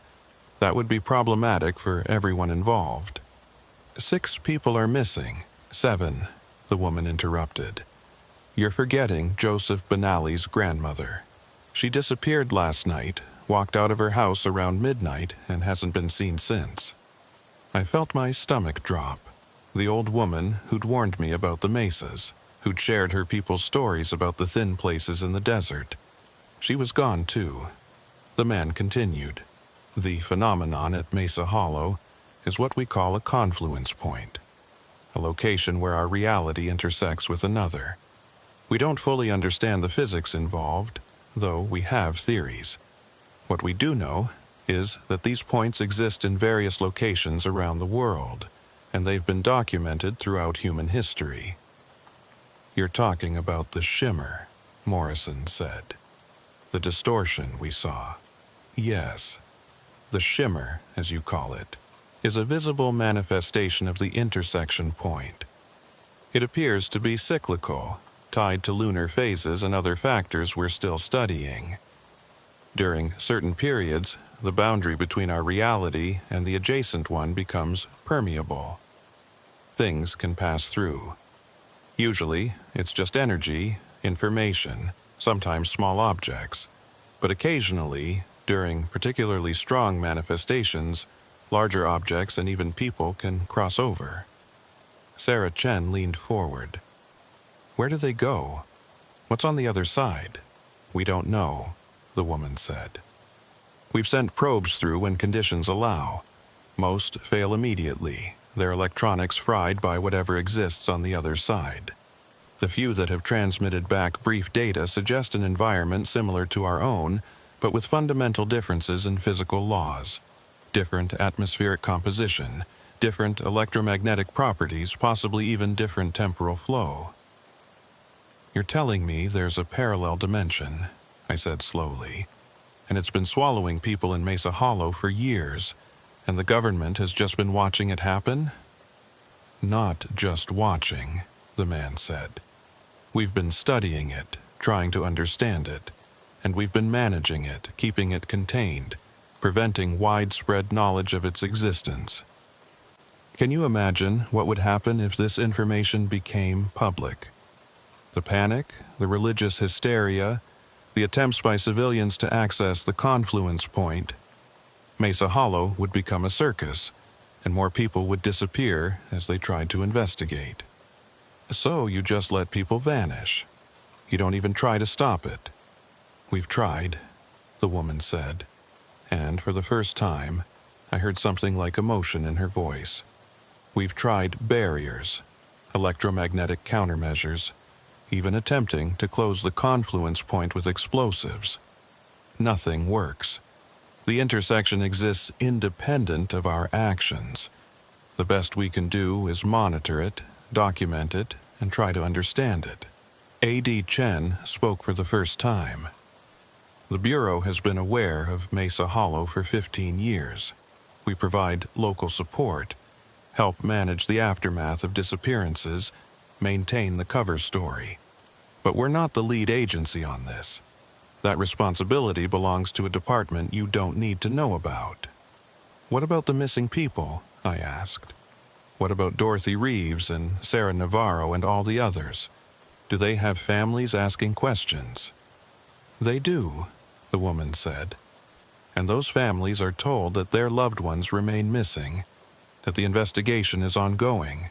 Some of them believe it, some don't. But what else can we tell them? That their family member walked through a hole in reality and might be alive in a place we can't reach. That would be cruel. So is lying to them. Perhaps, but it's a necessary cruelty. The meeting lasted another hour. They explained the protocol for our reports, the language we were required to use, the restrictions on our future careers. We would be reassigned immediately. Morrison was being sent to the Seattle office, Sarah Chen to Miami. I was staying in Phoenix but would be moved to white-collar crime, far away from anything involving unexplained phenomena. What you saw in Mesa Hollow stays between the people in this room, the man in the suit said. You will not discuss it with colleagues, with family, with anyone. You will not investigate it further. You will not return to the area. Violation of these terms will result in immediate termination and possible criminal charges under national security statutes. Am I clear? We all nodded. As we left the office, Morrison pulled me aside. You're not actually going to let this go, are you? I don't know what you mean, I said, very aware of the cameras in the hallway. Right, of course not. He lowered his voice. Be careful, Rebecca. These people, whoever they are, they're serious. They've been keeping this secret for decades. They won't hesitate to bury you if you become a problem. Over the next few weeks, I tried to settle into my new assignment. White-collar crime was interesting enough, tracking financial fraud and corporate malfeasance. But every night, I dreamed of the desert, of the shimmer, of the figures moving on the other side of reality. I couldn't let it go. Using my own time and my own money, I began researching confluence points. If Mesa Hollow was one of them, there had to be others. I searched through decades of unexplained disappearances, looking for patterns similar to what we'd found in Arizona. I found 12 possibilities. Locations scattered across the United States where people had vanished without explanation, where there were reports of strange sounds and lights, where the patterns matched Mesa Hollow almost exactly. A stretch of highway in Nevada, a state park in Vermont, a small town in Louisiana near the bayou. All of them in remote areas, all of them with histories of unexplained phenomena dating back generations. I compiled my findings into a document, carefully worded to avoid triggering any surveillance keywords. I didn't know who I could trust with this information, but I knew it needed to be preserved, documented, passed on to someone who might be able to do more than I could. 3 months after leaving Mesa Hollow, I received a package at my apartment. No return address, postmarked from Flagstaff. Inside was a single newspaper clipping from the Mesa Hollow Weekly Record, dated 2 weeks earlier. The headline read, "Local Sheriff Retires After 3 Decades of Service." The article was about Tom Beckman, announcing his retirement from law enforcement. But there was a note handwritten in the margin. They're still disappearing, 2 more last week. Nobody talks about it anymore. We just accept it now. TB. I felt a chill reading those words. Mesa Hollow had given up. The disappearances had become part of life there, an accepted risk of living near the mesas, and somewhere, in offices I would never see, bureaucrats were tracking the numbers, adding names to classified lists, maintaining their terrible secret. That night, I made a decision. I wrote down everything I knew about Mesa Hollow, about the confluence point, about the shimmer and what lay beyond it. I included the data Dr. Lin had collected, the testimony of witnesses, the timeline of disappearances. I made 3 copies, sealed them in waterproof containers, and hid them in 3 separate locations. Insurance, in case something happened to me. Evidence that the truth existed, even if it was buried under layers of classification and denial. A week later, I was called back to A.D. Chen's office. The woman from our previous meeting was there, the one with the cold eyes. "Agent Hartley," she said, "we've been monitoring your activity. Your research into other potential confluence points hasn't gone unnoticed." My mouth went dry. "I don't know what you're talking about." "Don't insult my intelligence. We have algorithms that flag certain search patterns, certain combinations of keywords. You've been looking for more locations like Mesa Hollow.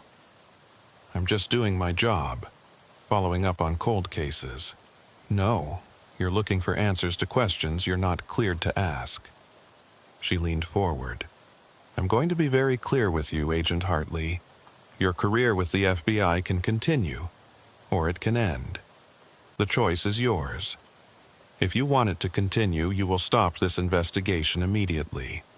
You will delete all your files, destroy any physical documents you've created, and never search for confluence points again. If you can't agree to those terms, then we have a problem." I met her gaze. "And if I refuse, then you'll find yourself facing charges that will end not just your career, but potentially your freedom. We have the authority and the resources to make that happen. Trust me, we've done it before." I thought about the documents I'd hidden, the insurance I'd created. I thought about the 7 people swallowed by Mesa Hollow, and the dozens, or possibly hundreds, who'd vanished at other confluence points over the years. "I understand," I said. "Good, I'm glad we could reach an agreement." But I didn't stop. I couldn't. I just became more careful. Over the next year, I built a network of contacts. Researchers, journalists, former government employees who'd worked on projects related to unexplained phenomena. I shared information cautiously, never revealing too much to any one person, always protecting my sources and my own involvement. I learned that the government had been aware of confluence points since at least the 1940s, possibly earlier. I learned that there were teams of scientists studying these locations, trying to understand the physics that made them possible. I learned that there had been attempts to use the confluence points, to send equipment and even people through intentionally, to explore what lay on the other side. Those experiments had ended badly. I also learned that the disappearances were getting worse. Not just at Mesa Hollow, but at other confluence points around the world. The frequency was increasing, the manifestations becoming stronger and more frequent. Some researchers believed the confluence points were spreading, that whatever process created them was accelerating. Others believed they'd always been there, always been active, and we were only now developing the technology to detect and measure them. Either way, the implications were terrifying. 2 years after Mesa Hollow, I was contacted by an anonymous source who claimed to have worked for the department that monitored confluence points. We met in a coffee shop in Tempe, far from bureau offices, far from anyone who might recognize me. He was in his 60s, gray-haired and tired-looking. "I worked at Mesa Hollow for 5 years," he said. "On site, observing the confluence point, collecting data. I know what you saw there. I know what you experienced. Why are you telling me this? Because someone needs to know the truth. The whole truth, not the sanitized version they gave you." He slid a flash drive across the table. "This contains documentation of every disappearance at Mesa Hollow going back to 1979, when we first started keeping detailed records. Over 200 people, Agent Hartley. 200 people who walked through that shimmer and never came back. 200? The number stunned me. But the official count is whatever they want it to be. Most of the disappearances were never reported to local authorities. People passing through, no one to miss them, no one to file reports. We documented them internally, but they never made it into any public record. Why are you giving me this? Because I'm dying, cancer. I've got maybe 6 months left and I don't want to take this secret to my grave. Someone needs to know. Someone needs to be able to tell the truth when the time comes. He stood to leave, then paused. One more thing. The confluence point at Mesa Hollow? It's not unique, and it's not the worst one. There's a location in Minnesota where the manifestations last for hours, not minutes. A place in Oregon where things come through from the other side, not just people going in. The government has built facilities around some of these points, trying to study them, trying to control them. But they can't. These things exist independent of us, independent of our technology and our understanding. All we can do is watch and document while they consume people. I took the flash drive. That night, I copied the contents and added them to my hidden documents. 200 names, 200 lives erased, reduced to entries in a classified database. The data showed something else too, a pattern I hadn't seen before. The disappearances weren't random. They clustered around certain dates, certain lunar phases. Yes, but also around geological events. Small earthquakes, fluctuations in the Earth's magnetic field, even solar activity. The confluence points were responding to forces we barely understood, opening and closing according to rules we couldn't predict. And they were getting more active. 3 years after Mesa Hollow, I was promoted. The irony wasn't lost on me. My work in white-collar crime had been exemplary, my cases successful, my conviction rate high. I was being groomed for leadership within the Bureau. But every night I still dreamed of the desert. I received occasional updates from contacts in the Mesa Hollow area. Tom Beckman had moved to Flagstaff after his retirement. The town itself was slowly dying, young people moving away, businesses closing. The disappearances continued, but they'd become part of the landscape. Like flash floods or rattlesnakes, dangerous, accepted, unavoidable. 4 years after Mesa Hollow, I attended a law enforcement conference in Las Vegas. During a break between sessions, a man approached me in the hotel bar. He was young, early 30s, with the bearing of someone military or former military. "Agent Hartley, my name is Captain James Rodriguez, U.S. Air Force. I wonder if we could talk privately." We found a quiet corner of the lobby. He ordered a drink he didn't touch. "I'm stationed at Nellis Air Force Base," he said. "I work in a unit that monitors airspace anomalies, UFO reports, that kind of thing. Most of it's nothing, but sometimes we get reports that match certain parameters. Reports that get flagged for special attention." "What kind of parameters?" "Confluence points." He said it quietly, watching my reaction. "I know what happened to you in Mesa Hollow. I know you've been investigating other locations.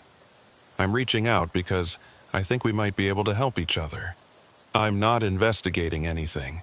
I'm in white-collar crime now." "Right, and I'm just a pilot who looks at weather balloons." He leaned forward. "Agent Hartley, there are people in the military who are tired of the secrecy around these phenomena.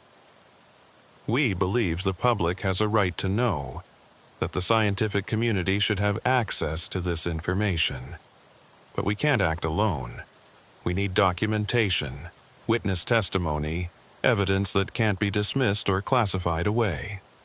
"What are you proposing?" "An informal alliance. We share information, coordinate research, and when the time is right, we go public. Carefully, strategically, in a way that can't be ignored or covered up. I studied him carefully. This could be a trap, an attempt to identify and neutralize anyone still investigating confluence points. Or it could be genuine, a chance to actually do something meaningful. I need to think about it, I said. Of course. But don't think too long, things are accelerating. The confluence points are becoming more active, and more people are noticing. Eventually, something's going to happen that's too big to cover up. When that day comes, we need to be ready to tell the truth. He gave me a phone number and left. I sat in that hotel lobby for 2 hours, considering my options. I could walk away, accept the career I'd built, ignore the confluence points and the people they consumed. I could keep my head down, follow orders, and retire in 20 years with a pension and commendations. Or I could risk everything to pursue a truth that most people would never believe, that powerful organizations had spent decades hiding. In the end, it wasn't really a choice. 5 years after Mesa Hollow, I'm still with the FBI. I'm still assigned to white-collar crime. Officially, I have no connection to unexplained phenomena, no interest in confluence points or interdimensional doorways. But unofficially, I'm part of a network. Researchers, scientists, military personnel, even a few journalists. We share information, we document cases, we build an archive of evidence that can't be destroyed or classified away. The confluence points are spreading, not geographically, but temporally. The manifestations are lasting longer, occurring more frequently. At Mesa Hollow, the shimmer now appears multiple times per week instead of once per month. The town has been virtually abandoned, most residents moving away, unable to live with the constant fear of disappearing. 7 more people have vanished from Mesa Hollow in the past year. But now there are cameras, independent observers, documentation that exists outside government control. The secret is getting harder to keep. I don't know what will happen when it finally breaks, when the truth about confluence points becomes public knowledge. Maybe chaos, maybe acceptance, maybe a fundamental shift in how we understand reality and our place in it. But I know this. The people who disappeared deserve to be remembered. Dorothy Reeves, Sarah Navarro, Daniel Tsosi, James Whitfield, Martin Phelps, Joseph Benally, his grandmother, and the hundreds of others whose names fill classified databases. They crossed over into somewhere we can't follow, faced something we can't comprehend. They deserve more than to be statistics in a hidden file, more than to be forgotten in the name of national security. This is my testimony. My documentation of what I saw in Mesa Hollow, what I know about confluence points, what the government has been hiding for decades. I've made copies, distributed them to people who will preserve this information even if something happens to me. The truth is out there, literally. In the desert between 2 ancient mesas, a doorway exists to somewhere else. It opens and closes according to patterns we don't understand, consuming anyone unlucky enough to be nearby when the boundary becomes permeable. The government knows. They've known for decades. They watch, they document, they manage the secret. But they can't stop it. No one can. All we can do is bear witness, remember the missing, and hope that someday we'll understand enough to bring them home. Until then, I'll keep investigating. I'll keep documenting. I'll keep fighting for the truth, even if it costs me everything. Because 7 people walked into the darkness between worlds, and someone needs to remember that they existed. Someone needs to keep searching for a way to bring them back. Even if it takes the rest of my life, even if it's impossible.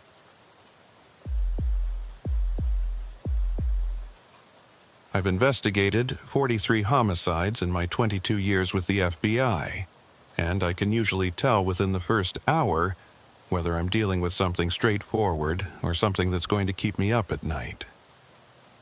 When I got the call about Copper Ridge, Arizona on a Thursday morning in August 2020, I thought it would be straightforward. A small town, population 800, 2 suspicious deaths in 3 days, probably domestic violence, maybe a murder-suicide. Nothing I hadn't seen before. I was wrong about that.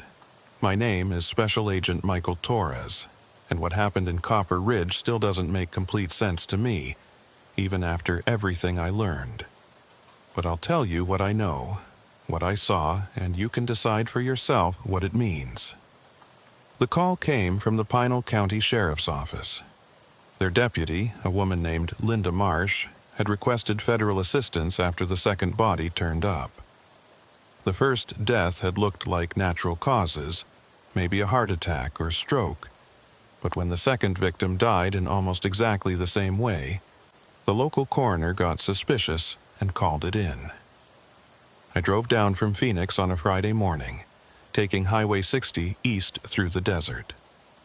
Copper Ridge sat about 90 miles outside the city, tucked into a valley between 2 mountain ranges that had been mined for copper back in the 1880s. The mines had played out by the 1920s, and the town had been slowly dying ever since. Most residents were retirees, people who'd lived there their whole lives and couldn't afford to leave, and a handful of artists and writers who'd been drawn by cheap real estate and desert solitude. The town itself looked like something from another era. A single main street with buildings that still had wooden facades and covered walkways. A general store, a post office, a diner called Mary's that seemed to be the social center of the community. At the end of the street sat the old Copper Ridge Hotel, a 3-story Victorian structure that had been converted into a museum and visitor center, though I doubted they got many visitors out here. The sheriff's substation was a small building on the edge of town, barely more than a double-wide trailer with official signage. Deputy Marsh met me at the door. She was in her early 40s, lean and weathered, with the kind of competence that comes from years of handling problems on your own. "Agent Torres, thanks for coming down," she said, shaking my hand with a firm grip. "I know 2 deaths might not seem like much to the Bureau, but there's something wrong here. I can feel it. Tell me about the victims." She led me inside to a small office crowded with filing cabinets and outdated computer equipment. On the desk were 2 manila folders, thin but neatly organized. First victim was Gerald Hoffman, 68 years old, retired accountant. Lived alone in a house on Mesquite Street. His neighbor found him 3 days ago, Wednesday morning. He was lying on his living room floor, eyes open, no visible injuries. The neighbor called me. I called the coroner. I opened the first folder. Crime scene photos showed an elderly man in casual clothes sprawled on a hardwood floor. His face was frozen in an expression that looked like terror or maybe pain, his mouth open, his eyes wide. But there were no signs of trauma, no blood, nothing that immediately explained his death. The coroner's initial assessment: heart attack, probably. Gerald had a history of cardiovascular problems, took medication for high blood pressure. But when Dr. Ellis, our coroner, did the preliminary examination, he found something odd. Gerald's pupils were massively dilated, and there were these tiny hemorrhages in his eyes. Dr. Ellis said it looked like Gerald had been terrified, like his heart had literally been scared to death. That's possible with certain conditions. Extreme shock, sudden fear, it can trigger cardiac events in people with underlying health issues. That's what we thought, until Marcus Webb died 2 days later. She opened the second folder. Marcus Webb, 53. A writer who'd moved to Copper Ridge 5 years ago to work on a novel. He'd been found in his home office, slumped over his desk, in almost the exact same condition as Gerald Hoffman. Same expression of terror, same dilated pupils, same tiny hemorrhages in the eyes. Marcus was healthy, Deputy Marsh continued. Ran 5 miles every morning, didn't smoke or drink, no history of heart problems. Dr. Ellis performed a more detailed examination this time. Ran a toxicology screen. No drugs, no poisons, nothing that would explain his death.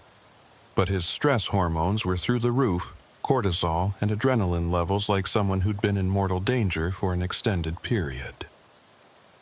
I studied the photos carefully. Something about the victim's expressions bothered me. It wasn't just fear, it was something more specific. Recognition, maybe. Like they'd seen something they couldn't believe, something that violated their understanding of reality. Were the victims connected? Did they know each other? This is a small town, Agent Torres. Everyone knows everyone. But Gerald and Marcus weren't particularly close. Different age groups, different social circles. Gerald spent most of his time at the senior center playing cards. Marcus kept to himself mostly, writing. Any witnesses, anyone see or hear anything unusual around the times of death? That's the strange part. Both deaths occurred at night. Gerald's neighbor estimates he died sometime between 10 p.m. and midnight on Tuesday. Marcus's girlfriend found him Thursday morning, but based on body temperature and rigor mortis, Dr. Ellis thinks he died around the same time the night before, 10 to midnight Wednesday. I made notes. 2 deaths, 2 nights in a row, roughly the same time of night, same mysterious cause. Not enough for a pattern yet, but enough to be concerning.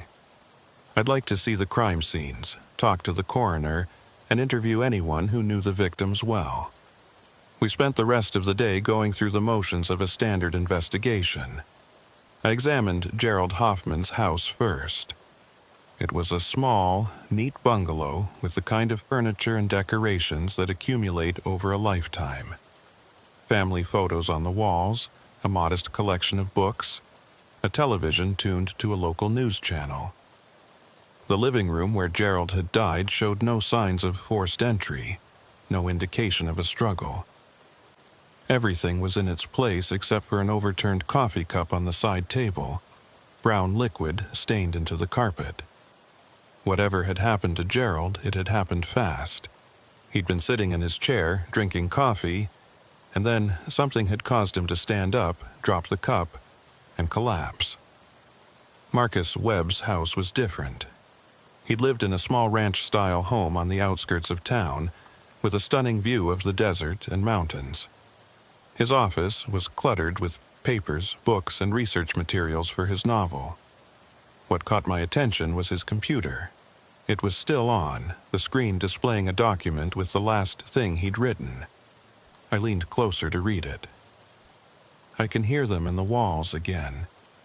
The scratching, the whispers. It's getting louder. They're getting closer. I know it's not real. I know it's not real. But God help me, I can see them now, in the corners, in the shadows. They're watching me. They've always been watching, since I came here. Since I started writing about them, they know I know, and they're coming. The timestamp showed he'd written those words at 9:47 p.m., less than an hour before his estimated time of death. I took screenshots and made a note to have the computer forensically examined. Then I called Deputy Marsh over. Did Marcus have any history of mental illness? Paranoia? Schizophrenia? Anything like that? Not that I know of. His girlfriend, Kelly Bryant, she might know more. I can take you to her. Kelly Bryant lived in town, above the general store that her family had owned for 3 generations. She was in her mid-30s, red-eyed from crying, still in shock from finding Marcus's body. We sat in her small apartment and I asked her about Marcus's mental state in the days before his death. He'd been stressed, she said, twisting a tissue in her hands. The novel wasn't going well. He'd been working on it for 3 years, and he was starting to think it would never be finished. But he wasn't crazy. He wasn't paranoid or hallucinating or anything like that. Had he mentioned hearing things? Seeing things? She hesitated. He said the house made noises at night. Old pipes, settling foundation, that kind of thing. He joked about it being haunted, but he didn't really believe that. Marcus was rational, scientific. He didn't believe in ghosts or supernatural stuff. What was his novel about? The history of Copper Ridge. The mining days, the people who lived here in the 1800s. He'd been doing a lot of research, going through old records at the museum, interviewing longtime residents. He was really interested in the mines, in what life was like for the miners and their families. I made a note. Had he been in the mines recently, gone down to explore? No, they're sealed off, have been for decades, too dangerous. But he talked about wanting to get permission to go in to see them firsthand for his research. After leaving Kelly, I met with Dr. Ellis, the county coroner. He was in his 70s, white-haired and methodically, with the careful manner of someone who'd seen too much death to be shocked by it anymore. His office was in the basement of the medical clinic, a small room that smelled of formaldehyde and air freshener. "Agent Torres," he said, gesturing to 2 body bags on examination tables. "I'm glad the Bureau is taking an interest. These deaths, they're not natural. I don't care what the initial reports said. Tell me what you found." He pulled back the sheet covering Gerald Hoffman's body. "Look at the face. That expression, it's not from a normal heart attack. I've seen hundreds of cardiac deaths and they don't look like this. This looks like he was being chased by something, like he died running from terror. Could it be a reaction to a toxin, something that causes extreme fear? I tested for everything I could think of. No scopolamine, no hallucinogens, no known poisons. The tox screen came back completely clean, but there's something else." He pointed to Gerald's hands. "Look at his fingernails. See the dirt under them, the small abrasions on the fingertips?" I looked closer. The nails were indeed dirty, and there were tiny scratches on the pads of his fingers. He was clawing at something. Yes, but what? There's nothing in his house that shows those kinds of marks. I checked the crime scene photos, looked at the walls, the floor, the furniture. Nothing. What about Marcus Webb? Dr. Ellis moved to the second body. Same thing. Same expression. Same dilated pupils. Same hemorrhages. And look at his hands. The younger man's fingers showed the same signs. Dirt under the nails. Small abrasions. And there's one more thing I found. Both men had traces of copper dust in their lungs. Not a lot, but enough to be measurable. Copper dust? From where? That's what I'd like to know.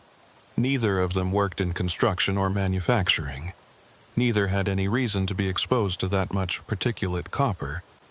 But it's there, in the tissue samples. I stood back, thinking. 2 men, different ages, different backgrounds, dying in the same mysterious way. Terror-stricken expressions, evidence of clawing at something. Copper dust in their lungs. And Marcus's final words about hearing things in the walls, about being watched.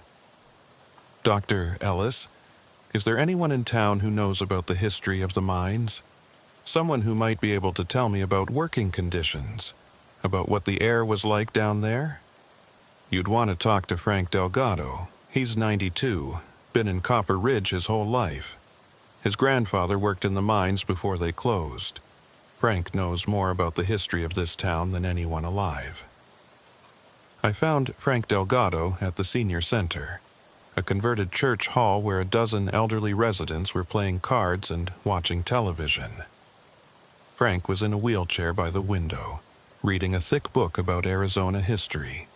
When I introduced myself and explained why I was there, his expression became grave. "Those boys," he said, his voice still strong despite his age. "Gerald and Marcus. I heard they died badly." "Yes, sir. I'm trying to understand why.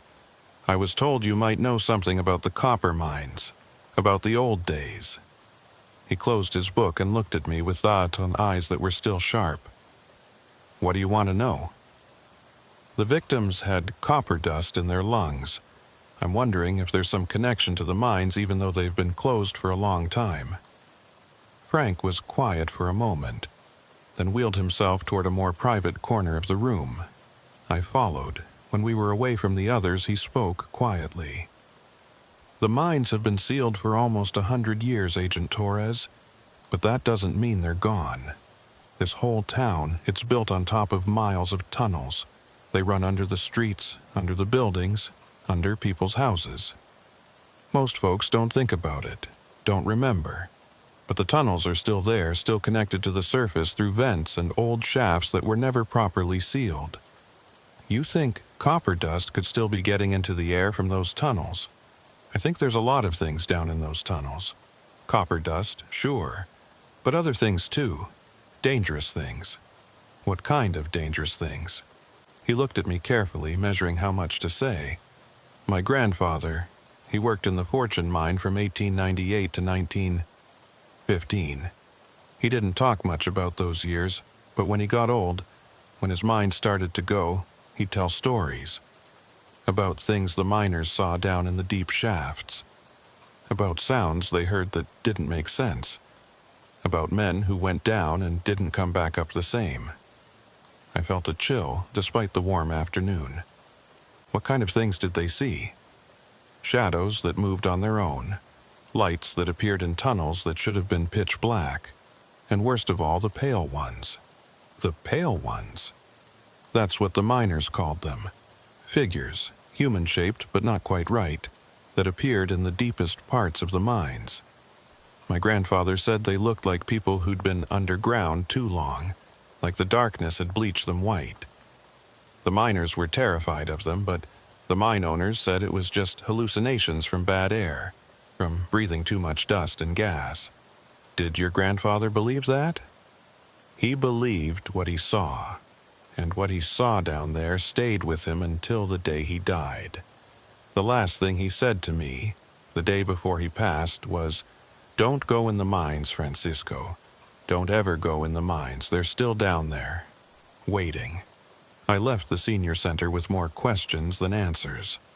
Hallucinations from bad air, toxic gas, that could explain the terror, the bizarre behavior. But it didn't explain how two men who'd never been in the mines could have copper dust in their lungs. It didn't explain the timing of the deaths, the similarity in their conditions. That evening, I set up a temporary base of operations in my motel room at the Copper Ridge Motor Lodge, a rundown place at the edge of town. I spread out my notes, reviewed the crime scene photos, and tried to build a coherent theory. Theory 1. Environmental contamination. Old mine tunnels leaking toxic gas into the town, causing hallucinations and cardiac stress. But that didn't explain why only 2 people had been affected, why the deaths were at night, why they were confined to specific locations. Theory 2. Deliberate poisoning. Someone introducing a toxin that caused extreme fear and cardiac failure. But the tox screens were clean, and there was no obvious motive, no connection between the victims that suggested a targeted attack. Theory 3. Something I couldn't quite articulate yet. Something that had to do with the mines, with what Frank Delgado's grandfather had seen, with the pale ones, and the shadows, and the things that waited in the darkness. Around midnight, I stepped outside the motel for some air. The desert night was cool and quiet, stars brilliant in the black sky. Copper Ridge was dark, except for a few streetlights and the glow from occasional windows. Peaceful, ordinary, giving no hint of the deaths that had occurred. I was about to go back inside when I heard it. A sound, faint but distinct, coming from somewhere in the town. It was rhythmic, almost musical, like metal striking stone. Clink, clink, clink. The sound of mining, of pickaxes on rock. But the mines had been closed for 100 years. I stood listening for several minutes. The sound continued, steady and unchanging, echoing through the quiet streets. I tried to pinpoint its direction. but it seemed to come from everywhere and nowhere, carried by the night air and the strange acoustics of the valley. Then, as suddenly as it had started, it stopped. The silence that followed was complete. I went back to my room and made a note. Unexplained sounds at night, possibly related to the sealed mines, possibly my imagination. But I knew it wasn't my imagination. The next morning, Saturday, I met with Deputy Marsh at Mary's Diner for breakfast. The place was busy with locals, the conversation subdued, everyone talking about Gerald and Marcus.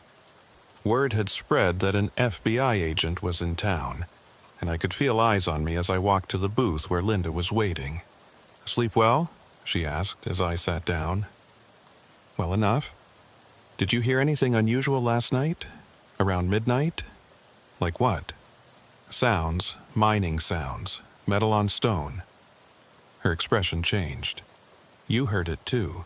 So, it's not just me." "No, people have been hearing it for the past week or so. Nobody talks about it much because it sounds crazy. But yeah, there are sounds at night. Like someone's working in the mines." "How long has this been happening?" "About 10 days. It started maybe a week before Gerald died.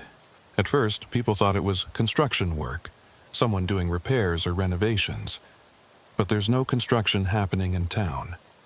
A week of mysterious sounds, then 2 deaths.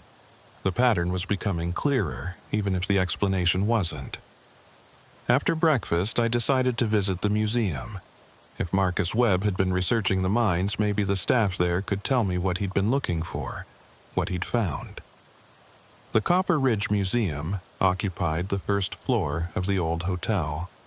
It was a dusty, dimly lit space filled with artifacts from the mining era. Display cases held tools, photographs, shishis, ore samples, and personal items from the miners who'd worked here more than a century ago. The walls were covered with maps showing the tunnel networks beneath the town. Incredibly complex systems that branched out in every direction, like the roots of a massive tree. The curator was a woman in her 60s named Margaret Howell, enthusiastic about the town's history, despite the museum's obvious lack of funding and visitors. When I told her I wanted to learn about the mines, her face lit up. Finally, someone interested in preservation. We've been trying to get grants to properly document and secure the old tunnel systems, but there's no money, no support. She led me to a large map on the wall. This is the Fortune Mine, the largest operation in the area. At its peak, it employed over 500 men and produced millions of pounds of copper ore. But the working conditions were terrible. Cave-ins, gas leaks, accidents. Dozens of men died down there. Marcus Webb was researching the mines before he died. Do you know what specifically he was interested in? Oh yes, Marcus was here almost every day for the past month. He was fascinated by the accidents, particularly the ones from 1912 to 1915. That was when the deepest shafts were being dug, going down almost 1,000 feet. There were a series of unexplained incidents during that period.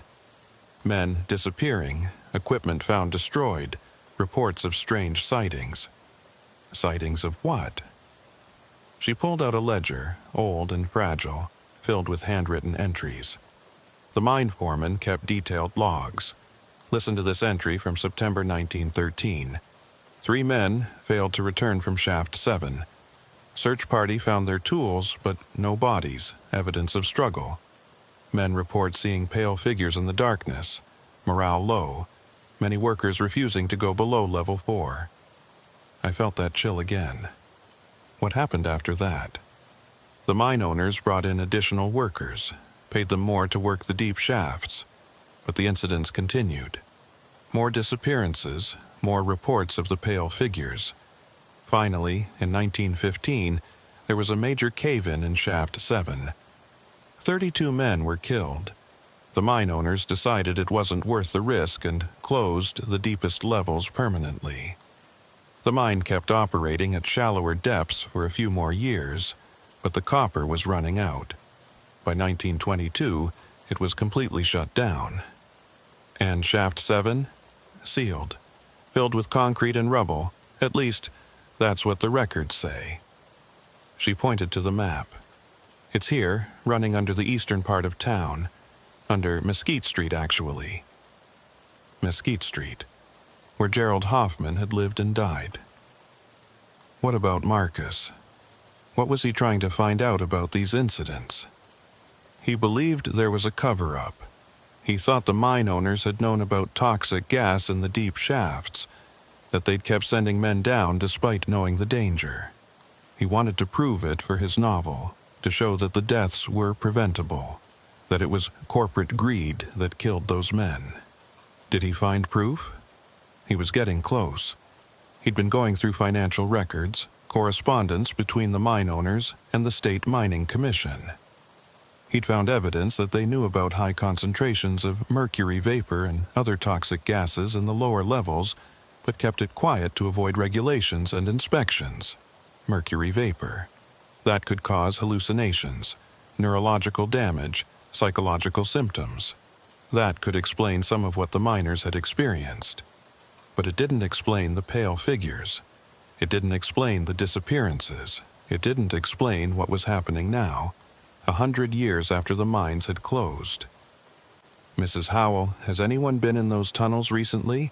Any explorers, urban spelunkers, anyone who might have reopened sealed areas?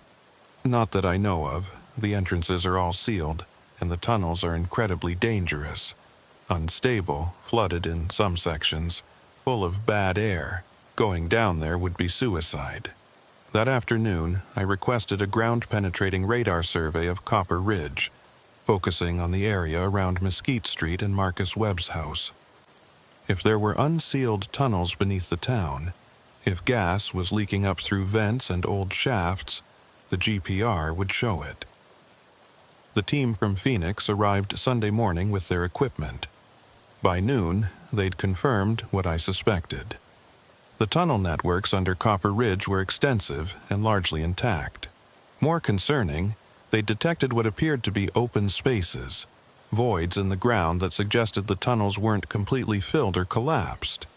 And directly beneath Mesquite Street, right under where Gerald Hoffman's house stood, was a large cavity that matched the dimensions of Shaft 7. The seal must have failed, the lead technician said, showing me the radar images. Either natural erosion or maybe a minor earthquake. But there's definitely an open passage here. And look at this. He pointed to thermal imaging data. There's air movement. Something is venting from below, coming up through cracks in the foundations of these old buildings. Air from the mines. Air that had been trapped underground for 100 years, full of copper dust and mercury vapor, and God knew what else. Air that was seeping into people's homes at night, causing hallucinations, causing terror, causing death. I had my explanation: environmental contamination from the old mines, toxic gas causing acute psychological distress and cardiac events. It made sense. It fit the evidence, but it didn't explain the sounds at night. It didn't explain the scratches on the victims' fingers, the way they'd clawed at something invisible. It didn't explain the feeling I'd had since arriving in Copper Ridge, the sense that something was watching, waiting. That night, at exactly midnight, the sounds started again. I was in my motel room when I heard it. That same rhythmic clink of metal on stone. But this time it was louder, closer, more insistent. I grabbed my flashlight and service weapon and stepped outside. The night was cold, the stars hidden behind clouds that had rolled in during the evening. The sound was coming from the direction of town. I got in my bureau vehicle and drove slowly down Main Street, following the noise. It grew louder as I approached Mesquite Street, the street where Gerald Hoffman had lived, the street that sat directly above Shaft 7. I parked and got out. The sound was definitely coming from underground, echoing up through storm drains and foundation vents. I could hear it clearly now, not just the clink of pickaxes, but other sounds too. Creaking timbers, falling rock, the distant rumble of something heavy moving through confined spaces. A light came on in one of the houses, then another. Residents were waking up, hearing the sounds, coming to their windows to see what was happening. I saw Deputy Marsh's patrol car pull up behind mine. "It's getting worse," she said, joining me on the sidewalk. "It's never been this loud before." As we stood there, the sounds changed. The rhythmic clinking stopped, replaced by something else, scratching. Hundreds, maybe thousands of small scraping sounds like fingernails on stone, like something crawling through narrow spaces. "What the hell is that?" Linda whispered. Before I could answer, the scratching stopped. The silence that followed was worse than the noise. It felt expectant, like something was listening, waiting for us to move. Then, from a storm drain about 20 feet away, I saw something move. A pale shape, barely visible in the darkness, pressing up against the metal grate from below. I aimed my flashlight at it. For a split second, I saw a face. Human-shaped but wrong, the features elongated and distorted, the skin so pale it almost glowed in the beam of my light. Empty eye sockets, a mouth open in what might have been a scream or a warning. Then it was gone, pulling back into the darkness below. Linda had seen it too. Her hand was on her weapon, her breathing fast and shallow. "Michael, what was that?" "I don't know, but we need to get people out of their houses. If there's toxic gas coming up from those tunnels, if that's what's causing hallucinations." A scream cut through the night. It came from a house at the end of the street, a 2-story Victorian with peeling paint and a sagging porch. The front door was open, light spilling out. We ran toward it. Inside, we found an elderly woman in a nightgown, standing in the middle of her living room, pointing at the floor. "They're under the house," she said, her voice high and trembling. "I can hear them scratching. They're trying to get in." I could hear it too, that same scratching sound coming from beneath the floorboards. Linda was calling for backup on her radio, but I knelt down and pressed my ear to the floor. The scratching was real. It wasn't a hallucination, wasn't a gas-induced delusion. There was something down there in the crawl space, or in the tunnels beneath the house, and it was trying to get up. "Ma'am, what's your name?" I asked the woman. "Virginia. Virginia Cass." "Virginia, I need you to get out of the house right now. Go to your neighbors, go anywhere else, but don't stay here." "I can't leave. This is my home. I've lived here for 40 years. The scratching grew louder. I could see the floorboards moving slightly, dust falling from between the cracks. Whatever was down there, it was getting closer. "Linda, get her out. I'm going to check the basement." "Michael, that's not safe. Just get her out." I found the basement stairs off the kitchen. The door was old and warped, and it took me a moment to force it open. The stairs led down into darkness, into a musty smell of earth and decay. I descended carefully, my flashlight in one hand, my weapon in the other. The basement was unfinished, just dirt floor and stone foundation walls. In the corner, I saw what I was looking for, a vent grate, rusted and old, that led down into deeper darkness. The scratching was coming from there, echoing up from whatever lay below. I approached the grate carefully. The scratching stopped. For a moment, there was only silence and the sound of my own breathing. Then I heard something else. A voice, faint and distant, speaking words I couldn't quite make out. I knelt beside the grate and shined my light down. The beam penetrated maybe 15 feet before being swallowed by darkness. But in that 15 feet, I saw the opening of a tunnel, rough-hewn rock walls, and something else. Movement. Pale shapes pulling back from the light, retreating into the depths. The voice spoke again, clearer this time.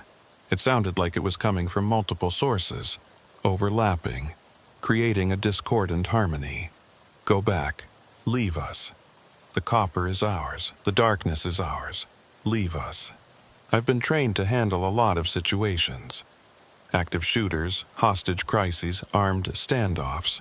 But nothing in my training prepared me for this. For voices from beneath the earth. For pale figures that retreated from light. For the absolute certainty I felt that I was in the presence of something that shouldn't exist. I backed away from the grate and climbed the stairs as quickly as I could without running.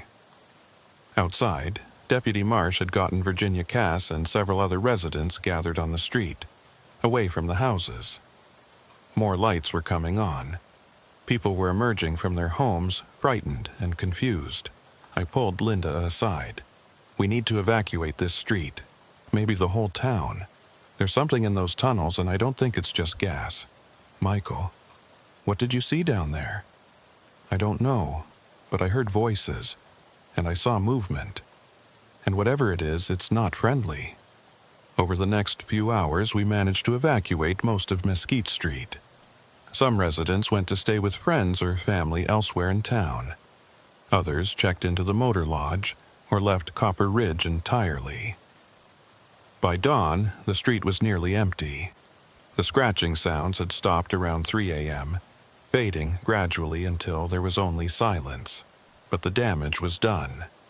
The entire town was awake, frightened, demanding answers I didn't have. I called my supervisor in Phoenix at 7 a.m. "Sir, I need additional resources. This isn't just a homicide investigation anymore. We're dealing with some kind of contamination event, possibly toxic gas from old mine tunnels, but there are complications." "What kind of complications?"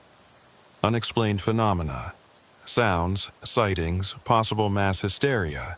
I need a hazmat team, environmental specialists, and probably someone from the CDC." There was a long pause. "Torres, are you telling me this is a public health crisis?" "I'm telling you that 2 people are dead under mysterious circumstances. An entire street is experiencing the same hallucinations, and there's evidence of environmental contamination from sealed mines. Yes, sir. I think it qualifies as a public health crisis. I'll make the calls. In the meantime, contain the situation. Don't let anyone else die." The hazmat team arrived by noon. Men and women in protective suits with air monitoring equipment and gas detectors. They set up a perimeter around Mesquite Street and began testing the air for toxic compounds. The results came back within hours. Elevated levels of mercury vapor, copper particulates, sulfur dioxide, and several other compounds associated with mining operations. Enough to cause respiratory irritation and possibly neurological symptoms, but not enough to cause the kind of acute terror and cardiac events we'd seen in Gerald and Marcus. "There's something else here," the team leader said, showing me the readings. "We're picking up electromagnetic anomalies. Fluctuations in the ambient field that don't match anything natural. It's almost like there's a power source beneath the street, something generating a field. Could that cause hallucinations, psychological effects? Possibly. There's research showing that strong electromagnetic fields can affect brain function, cause feelings of unease, even create the sensation of being watched or the perception of ghostly figures. But the field strength we're measuring shouldn't be enough to cause those effects." I spent the afternoon interviewing more residents, trying to build a timeline of when the disturbances had started. What I found was disturbing. The sounds had begun about 2 weeks ago, faint at first, but growing gradually louder.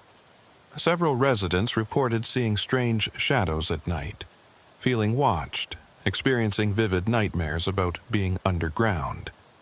And there were more victims I hadn't known about. Not deaths, but illnesses. 3 people had been hospitalized in the past week with severe anxiety, panic attacks, and symptoms that looked like acute stress disorder. All 3 lived on or near Mesquite Street. I visited them at the small clinic in town. They were heavily sedated, but when I spoke with their doctor, She confirmed that all three had described similar experiences before their breakdowns. Hearing voices, seeing pale figures, feeling like they were being watched from below. "I thought it was stress," the doctor said. "Copper Ridge has been in decline for years. Economic hardship, isolation, it takes a toll on mental health. But 3 cases in 1 week, all with the same symptoms. That's not normal." That evening, I returned to the museum to review more of the old mine records. Margaret Howell stayed late to help me, pulling out boxes of documents that hadn't been properly cataloged or studied.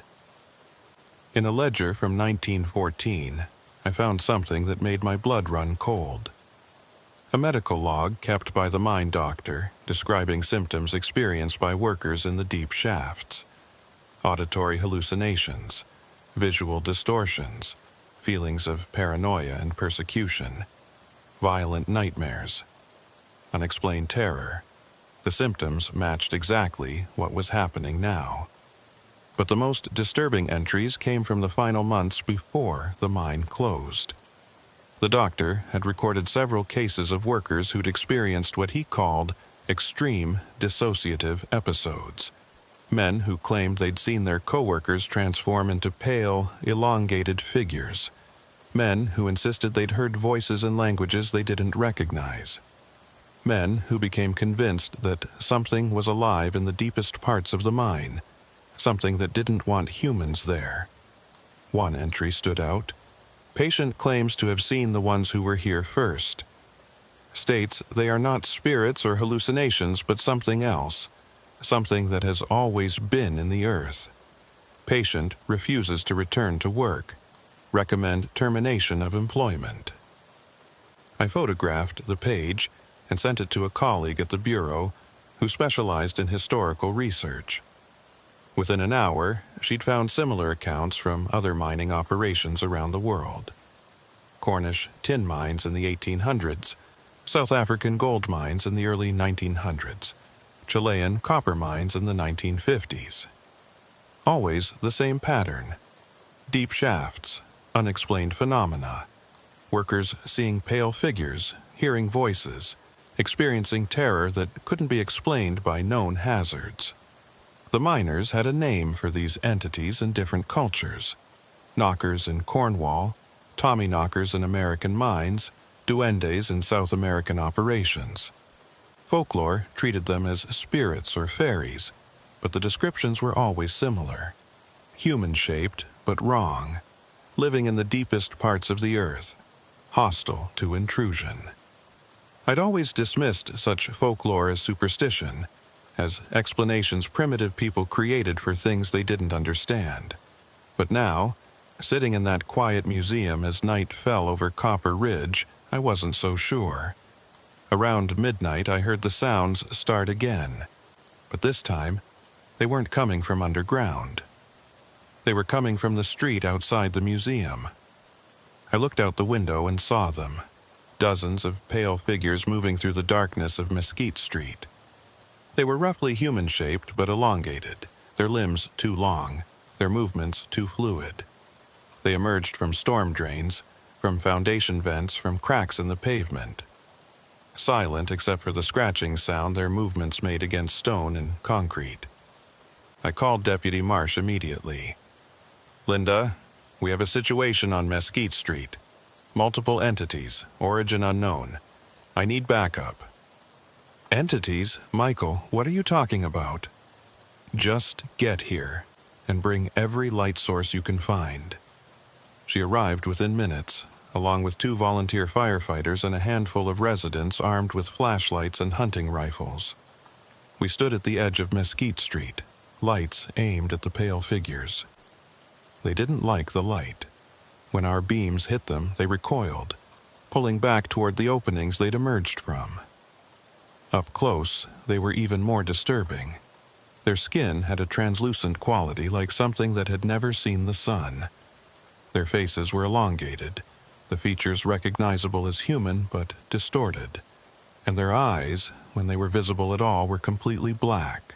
No whites, no pupils, just darkness. "What are they?" one of the firefighters asked, his voice shaking. I don't know, but they're going back underground. Keep the lights on them. We advanced slowly, maintaining a wall of light. The figures retreated before us, moving toward the storm drains and vents with surprising speed. As the last of them disappeared, I heard that voice again, the overlapping chorus echoing up from below. This is our place. We were here first. Go back. Leave the earth to us. Then they were gone, and Mesquite Street was empty again, except for our group of terrified, confused witnesses. Linda looked at me, her face pale in the flashlight beam. Michael, you're the federal agent. You're supposed to have explanations for things. What the hell did we just see? I don't know, but I'm going to find out. Over the next 2 days, I conducted the most thorough investigation of my career. I brought in geologists, biologists, anthropologists. I reviewed every scrap of historical documentation about the mines. I interviewed every resident who'd experienced something unusual. The picture that emerged was disturbing and incomplete. The pale figures appeared to be living organisms of some kind, adapted to underground environments possibly existing in the deep tunnels since before the mines were dug. The electromagnetic anomalies suggested they might generate bioelectric fields, which could explain the psychological effects people experienced in their presence. But that didn't explain everything. It didn't explain the voices, the apparent intelligence, the coordinated behavior. It didn't explain how they'd remained hidden for a century, only emerging now. One of the geologists I consulted had a theory. The GPR shows that Shaft 7's seal has failed recently, probably due to groundwater erosion. That would have opened a pathway between the deep tunnels and the surface, if there were organisms living down there adapted to the darkness and isolation. They'd finally have access to the upper levels. They'd be exploring, trying to understand their new environment. And the people they encountered? Invasive species often react aggressively when their territory is threatened. If these entities see humans as intruders, as threats to their domain, the reaction we're seeing would make sense. It was a rational explanation, almost believable. But it didn't account for the intelligence I'd seen in those black eyes, the language I'd heard in those overlapping voices. On Tuesday night, exactly 1 week after my arrival in Copper Ridge, the situation escalated. I was preparing to return to Phoenix to file my report and request that the town be placed under quarantine until we understood the threat when Deputy Marsh called me in a panic. Michael, you need to get to the museum, now. I found her standing outside the old hotel, the museum's front door wide open. Inside, the displays had been destroyed. Cases smashed, artifacts scattered, the maps torn from the walls. And in the center of the main room, written in what looked like copper dust on the wooden floor, was a message. Close the door. Seal the way. Or we take back what was stolen. Who did this? I asked. I don't know. The alarm didn't go off. There's no sign of forced entry. It's like they just appeared inside and destroyed everything. I studied the message. The handwriting was strange. The letters formed correctly but with an alien quality, like someone who understood language but didn't use it naturally. They want us to seal the tunnels, I said, to close off the access between the deep shafts and the surface. Can we do that? I don't know. It would require major engineering work, concrete, reinforcement, and it would mean confirming that there's something down there worth sealing in. The next morning, I received a call that made the decision for me. Another death. A construction worker who'd been surveying the damage to Virginia Cass's basement had gone missing during the night. His body was found in the tunnel beneath her house, pulled down through the vent grate that should have been too small for a body to fit through. He'd been found with the same expression of terror as Gerald and Marcus, the same dilated pupils, the same scratches on his hands. But this time there was something else. Marks on his skin, like he'd been grabbed by hands with too many fingers, too much strength. That was when I made the call to my supervisor and told him we needed to seal the tunnels, evacuate the town if necessary, and contain the situation before more people died. His response was not what I expected. "Agent Torres, you're being relieved of this investigation. A specialized team is being deployed to Copper Ridge. You're to return to Phoenix immediately and file a preliminary report. Do not discuss this case with anyone outside the Bureau." "Sir, people are dying. We need to act now." "The situation is being handled. That's all you need to know." The line went dead. I didn't leave Copper Ridge. I should have followed orders, should have packed up and driven back to Phoenix, but I couldn't. Not with people dying. Not with those things emerging from underground every night. Not with an entire town living in terror. Instead, I checked out of the motor lodge and moved into a room above Mary's diner that the owner, a kind woman named Helen, offered me when she heard I was staying. From there, I could watch the street, monitor the situation, and wait for the specialized team my supervisor had mentioned. They arrived Wednesday afternoon. 4 black SUVs with government plates but no agency markings. A dozen people in dark suits, all wearing the kind of professional detachment that suggested they'd done this before. The team leader was a woman in her 50s who introduced herself as Dr. Catherine Walsh. No agency affiliation given, no explanation of her authority. "Agent Torres," she said when we met at the sheriff's substation. "I understand you've been investigating the incidents here." "Yes, ma'am." 3 confirmed deaths, multiple sightings of unknown entities, evidence of contamination from sealed mine tunnels. I've been recommending evacuation and containment. We're not evacuating, we're resolving. Resolving how? That's classified. But I can tell you that we're aware of similar situations in other locations. Old mines, deep caves, places where humans have intruded into environments that were previously isolated.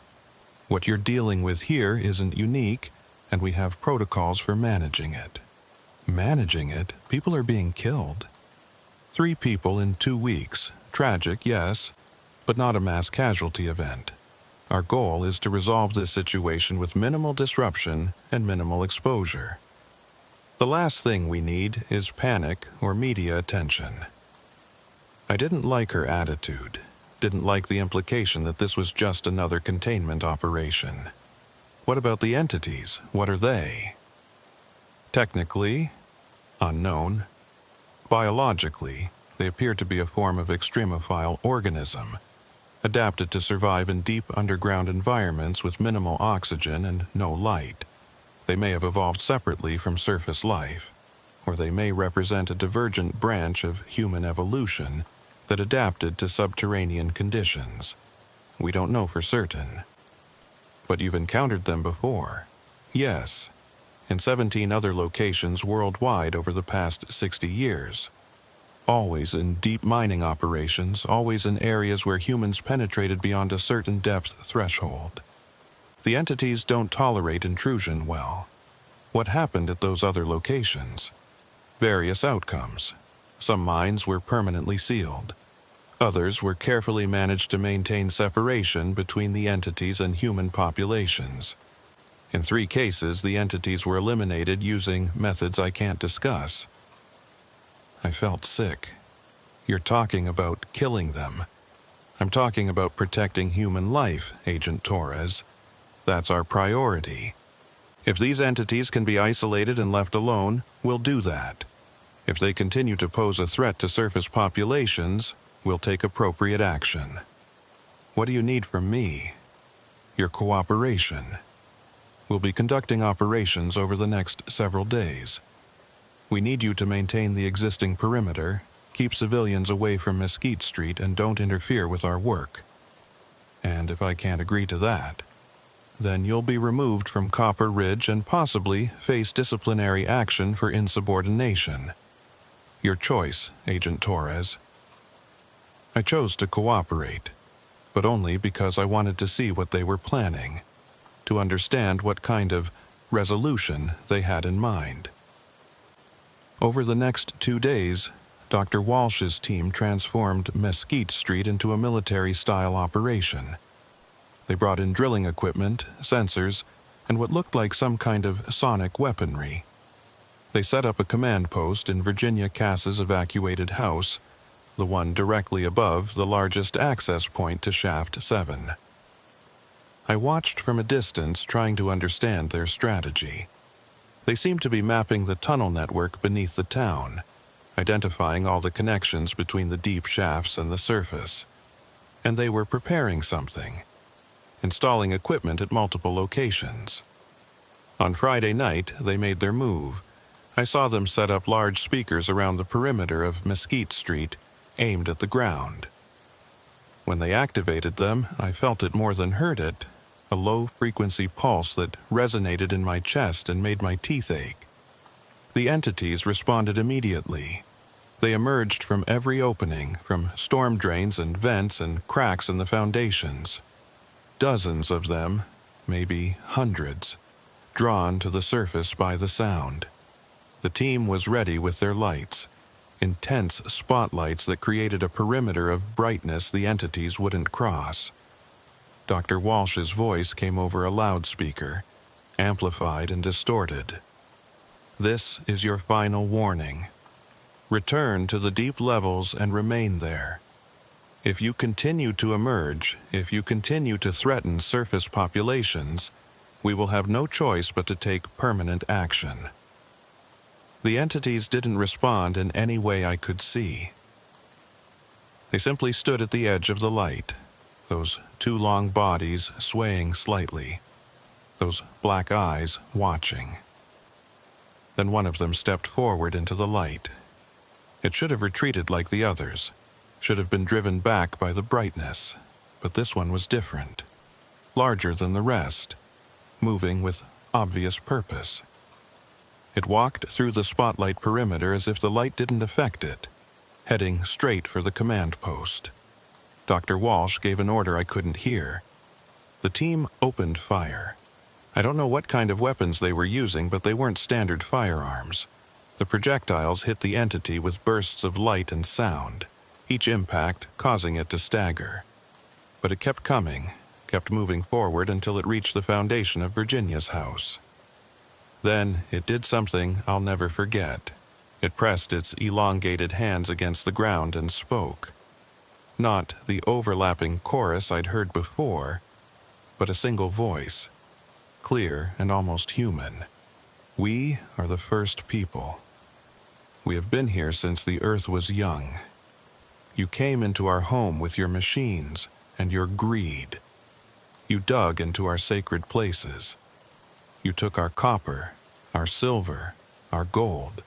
You killed many of us with your excavations, buried our young in your cave-ins, poisoned our elders with your explosions, and when we defended ourselves, when we tried to stop you, you sealed us away in the darkness and forgot we existed." The entity looked up at the spotlights, at Dr. Walsh's team, at the town beyond. "Now the seals have broken. Now we can return to the upper levels, to the places you stole from us. We don't want war. We don't want to harm you. We want you to leave, to go back to the surface and let us have the earth below. That is our offer. That is our only offer." Dr. Walsh stepped forward, a handheld speaker in her gloved hand. "We can't do that. This town, this land, it belongs to humans now, has for more than a century. We're willing to reseal the tunnels, to ensure you have your deep territories, but you can't have access to the surface. You can't threaten human populations." "Then we have no agreement," the entity said, "and this will not end well for either of us." It turned and walked back through the light perimeter, rejoining the others. As one, the entire group retreated back into the storm drains and vents, disappearing into the earth. Dr. Walsh immediately ordered her team to begin the sealing operation. They worked through the night, pumping special concrete into the access points, reinforcing the foundations of houses, filling the vents and storm drains with material designed to harden underground and create permanent barriers. But I knew it wouldn't work. The tunnel network was too extensive, too complex. There were too many connections, too many pathways between the deep shafts and the surface. They could seal some of the openings, but not all of them. I was proven right the next morning. 3 more deaths, all within an hour of each other. Residents of Copper Ridge who'd ignored the evacuation warnings, who'd stayed in their homes despite the danger. They were found in their basements, pulled down through vents and cracks that the team hadn't sealed yet. And this time, the bodies showed more than just terror. They showed violence.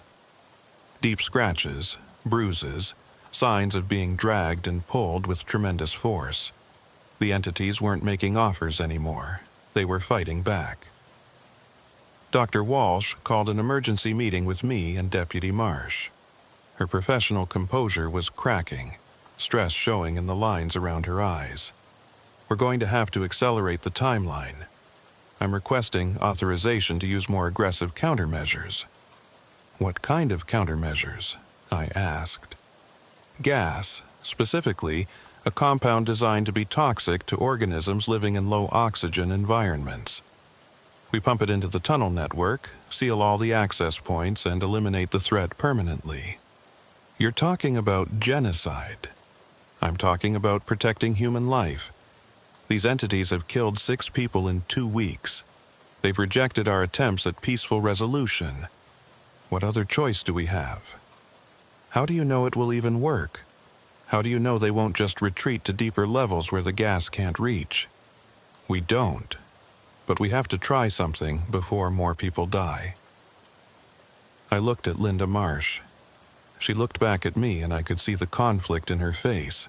She was a law enforcement officer, trained to protect people. But she was also a human being who'd seen those entities, who'd heard their voices, who understood they might be as intelligent as we were. There has to be another way, I said. We can't just exterminate them because they're inconvenient. They're not inconvenient, Agent Torres. They're deadly, and unless you have a better solution, this is what we're doing. I didn't have a better solution, but I knew I couldn't be part of killing an entire population, human or otherwise, just because they were defending their territory. That night, I made a decision that would probably end my career. I broke into the command post while Dr. Walsh's team was preparing for the gas operation. I downloaded all their data, all their research on the entities, all their documentation of other incidents at other mines around the world. And I sent it to every journalist, every researcher, every environmental organization I could think of. Then I did something even more reckless. I went to Mesquite Street alone, found the largest vent opening that hadn't been sealed yet, and climbed down into the tunnels. I needed to talk to them, to understand them, to find a solution that didn't involve extinction. The tunnel was narrow and dark, the air thick with copper dust and moisture. My flashlight cut through the darkness, illuminating rough rock walls that showed the marks of pickaxes from a century ago. I could hear water dripping somewhere, could feel the earth pressing close around me. I descended about 30 feet before the tunnel opened into a larger space. This must have been one of the main shafts, wide enough for mine carts and workers to pass. The walls were reinforced with ancient timbers, some of them rotting and unstable. "I'm not here to hurt you," I called out, my voice echoing in the darkness. "I'm here to talk, to find a way to stop the killing." For a long moment, there was only silence. Then I heard movement, the sound of many bodies shifting in the dark. My light caught glimpses of pale skin, black eyes watching from the shadows. The entity that had spoken before emerged from a side tunnel. Up close, in the confined space, it was even more disturbing. Taller than me by at least a foot, thin to the point of being skeletal, with joints that bent in ways human joints shouldn't. But there was intelligence in those eyes, awareness, and something that might have been curiosity. "You came alone," it said. "That is either brave or foolish." Probably foolish, but I needed to talk to you without the others around. The woman who wants to poison us. We know her kind. They've hunted us in other places, tried to eliminate us. Sometimes they succeed. Sometimes we survive by going deeper, by hiding in places their weapons and their gas cannot reach. I don't want that. I don't want anyone else to die, yours or mine. There has to be a way for both our people to coexist. The entity tilted its head, studying me. Your people take everything. The surface, the shallow earth. Now you want the deep places too. Where should we go? How deep must we retreat before you leave us alone? We didn't know you were here. The miners, they thought the pale figures were hallucinations, folklore. If they'd known you were real, were intelligent, they would have killed us anyway, the entity interrupted. Humans always kill what they don't understand, what they fear. We learned this long ago. That is why we hide, why we only emerge when we have no choice. The seal's breaking, that wasn't your choice. No. We felt the barriers failing, felt the water eroding the blockages. We tried to repair them from our side to maintain the separation, but the damage was too great. And when the pathways opened, some of our young, they were curious. They wanted to see the surface, to understand the world above. They didn't mean harm, but your people attacked them, killed them with your lights and your weapons. That is when the elders decided we had to respond. I thought about the timeline, about the first sounds people had heard. Workers trying to repair the seals from below, young entities exploring the newly opened pathways, and humans, frightened by what they didn't understand, defending themselves. What if we could help you reseal the tunnels? I suggested. Create a permanent barrier that both sides could accept, something that would protect your deep territories while keeping you separate from human populations. We have heard such promises before. They never keep them. Always humans want more. More copper, more gold, more territory. They dig deeper, break through the barriers, intrude again. Not if we make it official. If we declare the deep mines a protected area, a preserve where humans can't go, if we monitor it, enforce it. The entity was quiet for a long time. Around us, I could sense others gathering, listening. Finally, it spoke. We would need guarantees. Not just words, but actions. The poisoned ones, the ones who came with weapons and gas, they would have to leave. Only those who truly want peace could remain. I can try to make that happen, but you'd have to stop the attacks, no more deaths. We will defend ourselves if threatened, but if your people leave us alone, if they respect the boundaries, we will do the same. It was a fragile agreement, built on mistrust and fear on both sides, but it was something. I climbed back to the surface as dawn was breaking. Dr. Walsh was waiting at the vent opening, along with 3 armed members of her team. "Agent Torres, you're under arrest for interfering with a federal operation." I just negotiated a ceasefire, I said. "The entities will stop attacking if we stop threatening them. We can reseal the tunnels, create a protected zone, end this without more killing." "That's not your decision to make." "Then whose decision is it? Yours? Some bureaucrat in Washington who's never been here, never seen these beings, never talked to them?" She gestured to her team. They moved to restrain me, but before they could, Deputy Marsh stepped between us. "Dr. Walsh, with all due respect, this is still my jurisdiction. If Agent Torres has found a way to end this peacefully, I think we should at least consider it." Other residents had gathered, drawn by the commotion. Helen from the diner, Frank Delgado in his wheelchair, Margaret Howell from the museum. They'd all heard the entity's voice the night before. had all seen the violence that had followed. They wanted peace as much as I did. Dr. T. Walsh looked at the growing crowd, at the phones recording her team's every move. The data I'd leaked was already spreading, already creating questions she'd have to answer. She was losing control of the narrative. "Fine," she said finally. "We'll try it your way. But if there's one more death, if these entities break the ceasefire, we move to permanent elimination. Understood?" Understood. The next 3 weeks were the most intense negotiation of my career. On one side, I had Dr. Walsh's team, federal bureaucrats who wanted the situation resolved quickly and quietly. On the other, I had the entities of the deep tunnels, beings who'd been hiding from humans for generations and had every reason not to trust us.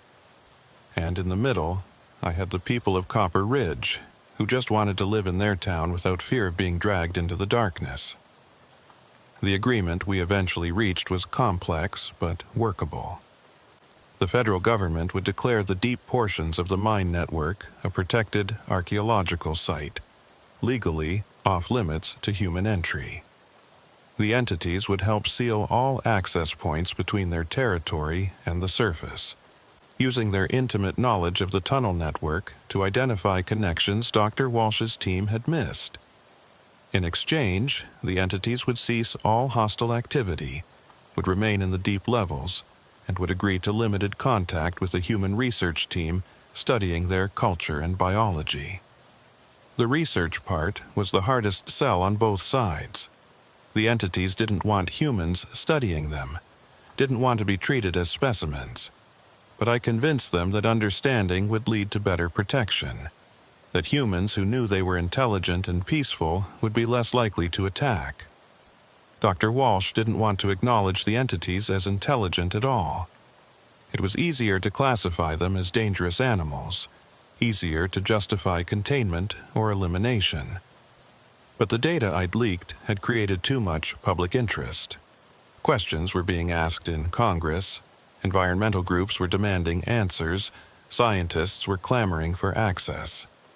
The final agreement was signed on a Tuesday afternoon in the Copper Ridge Museum, with witnesses from the town, the federal government, and the entities themselves. 3 of them came to the surface for the ceremony, including the one I'd first spoken to in the tunnels, who gave his name as something that sounded like stones grinding together but could be roughly translated as Keeper of the Deep Ways. The signing made national news. Photos of me and Dr. Walsh standing next to 3 pale, elongated beings went viral, sparking debates about evolution, human rights, and what we owe to other intelligent species. Copper Ridge became famous overnight, though the agreement strictly limited tourism and media access to protect the entity's privacy. I was reassigned, of course. The Bureau wasn't happy about my methods, about the way I'd leaked classified information and negotiated with unknown entities without authorization. But the public attention made it difficult to punish me too severely. I was transferred to the FBI's new Unexplained Phenomena Division, a small unit created to handle cases like Copper Ridge, to investigate reports of non-human intelligence and ensure peaceful coexistence when possible. It wasn't the career path I'd planned, but it was the one I'd earned. I returned to Copper Ridge 6 months after the agreement was signed, to check on how things were going. The town had changed. New businesses had opened, drawn by the attention and the influx of researchers and observers. The museum had expanded, with Margaret Howell serving as the liaison between the surface world and the entities below.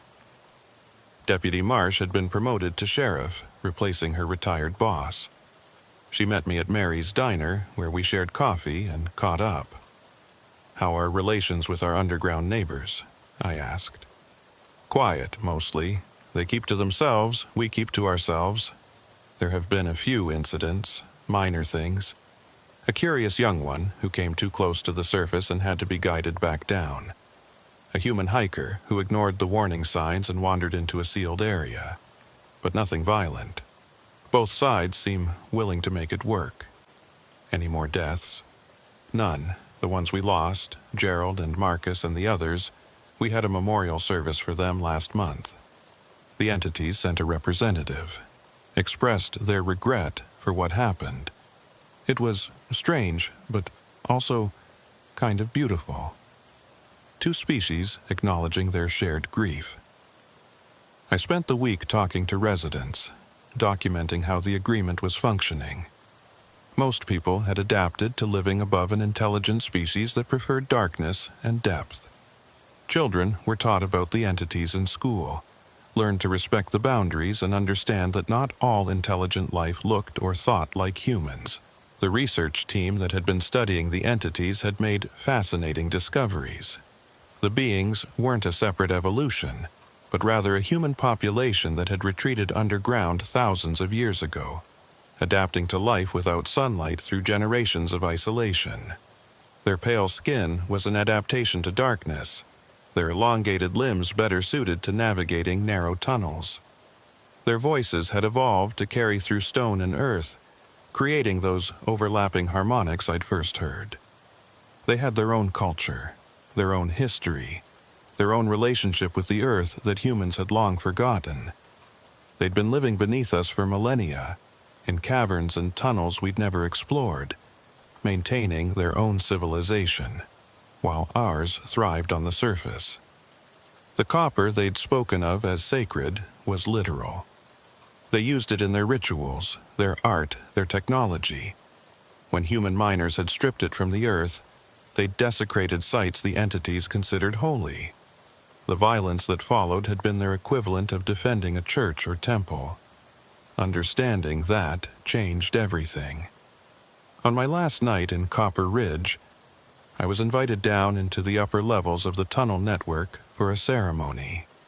Margaret Howell and a small group of researchers joined me as we descended into Shaft 3, one of the areas designated for limited human access. The entities had created a space there, a chamber carved from living rock and lit with bioluminescent organisms that grew in patterns along the walls. It was beautiful in a way that surface art could never be, organic and mathematical at once. Keeper of the Deep Ways greeted us, along with a dozen others I'd never seen before. They'd prepared a ceremony of reconciliation, acknowledging both the harm humans had caused and the harm the entities had inflicted in response. They sang, if you could call it that. The sound resonated through the stone, through my bones, a harmony that seemed to come from the earth itself. And in that sound I heard sorrow and hope, anger and forgiveness, all the complex emotions of two species trying to find a way to coexist. When the ceremony ended, Keeper approached me. "You kept your word, Agent Torres. You spoke for peace when others wanted war.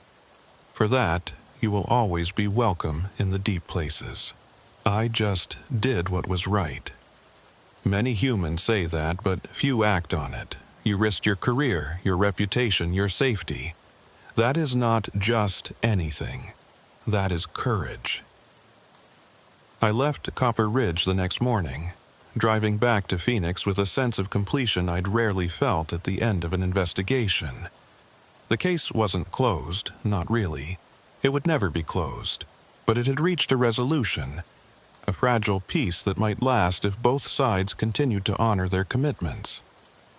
3 years have passed since then. The agreement holds. Copper Ridge has become a model for how humans can coexist with other intelligent species, a template used in negotiations at 4 other locations where deep-dwelling entities have been encountered. The deaths that occurred during those first weeks are remembered. We hold annual memorials for Gerald Hoffman, Marcus Webb, and the others who died before we understood what we were dealing with. The entities hold their own ceremonies for the young ones killed by human fear and ignorance. It's not perfect. There are still incidents, still misunderstandings, still moments when old fears surface on both sides. But we're learning. Both species are learning. I still have nightmares sometimes. I dream of descending into darkness, of pale figures watching from shadows, of voices echoing through stone. but they're not frightening anymore. They're just different. A reminder that intelligence takes many forms, that civilization can exist in places we never thought to look. The official FBI report on the Copper Ridge incident is classified, available only to personnel with appropriate clearance. But I can tell you what it concludes: that we share this planet with other forms of intelligence, that our mining and drilling and excavation have been intruding on their territories for centuries, and that we have a responsibility to acknowledge and respect their existence. Some people don't want to accept that. They want to believe humans are alone, are supreme, are the only species with rights and needs. But they're wrong. I've seen the proof.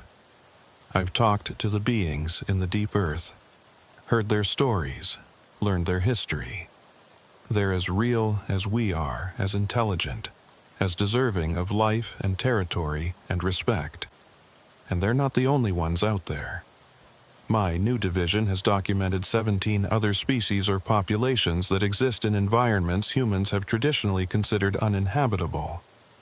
Deep ocean trenches, polar caves, volcanic systems, places we've explored without realizing we were trespassing. Some are peaceful, some are not. Some want contact with humanity. Others want nothing more than to be left alone. My job is to facilitate that, to prevent another Copper Ridge, to find ways for all Earth's intelligent species to share the planet without conflict. It's the most important work I've ever done, and the most humbling. Because Copper Ridge taught me that we're not alone, never have been alone, and that everything we thought we knew about humanity's place in the world was incomplete.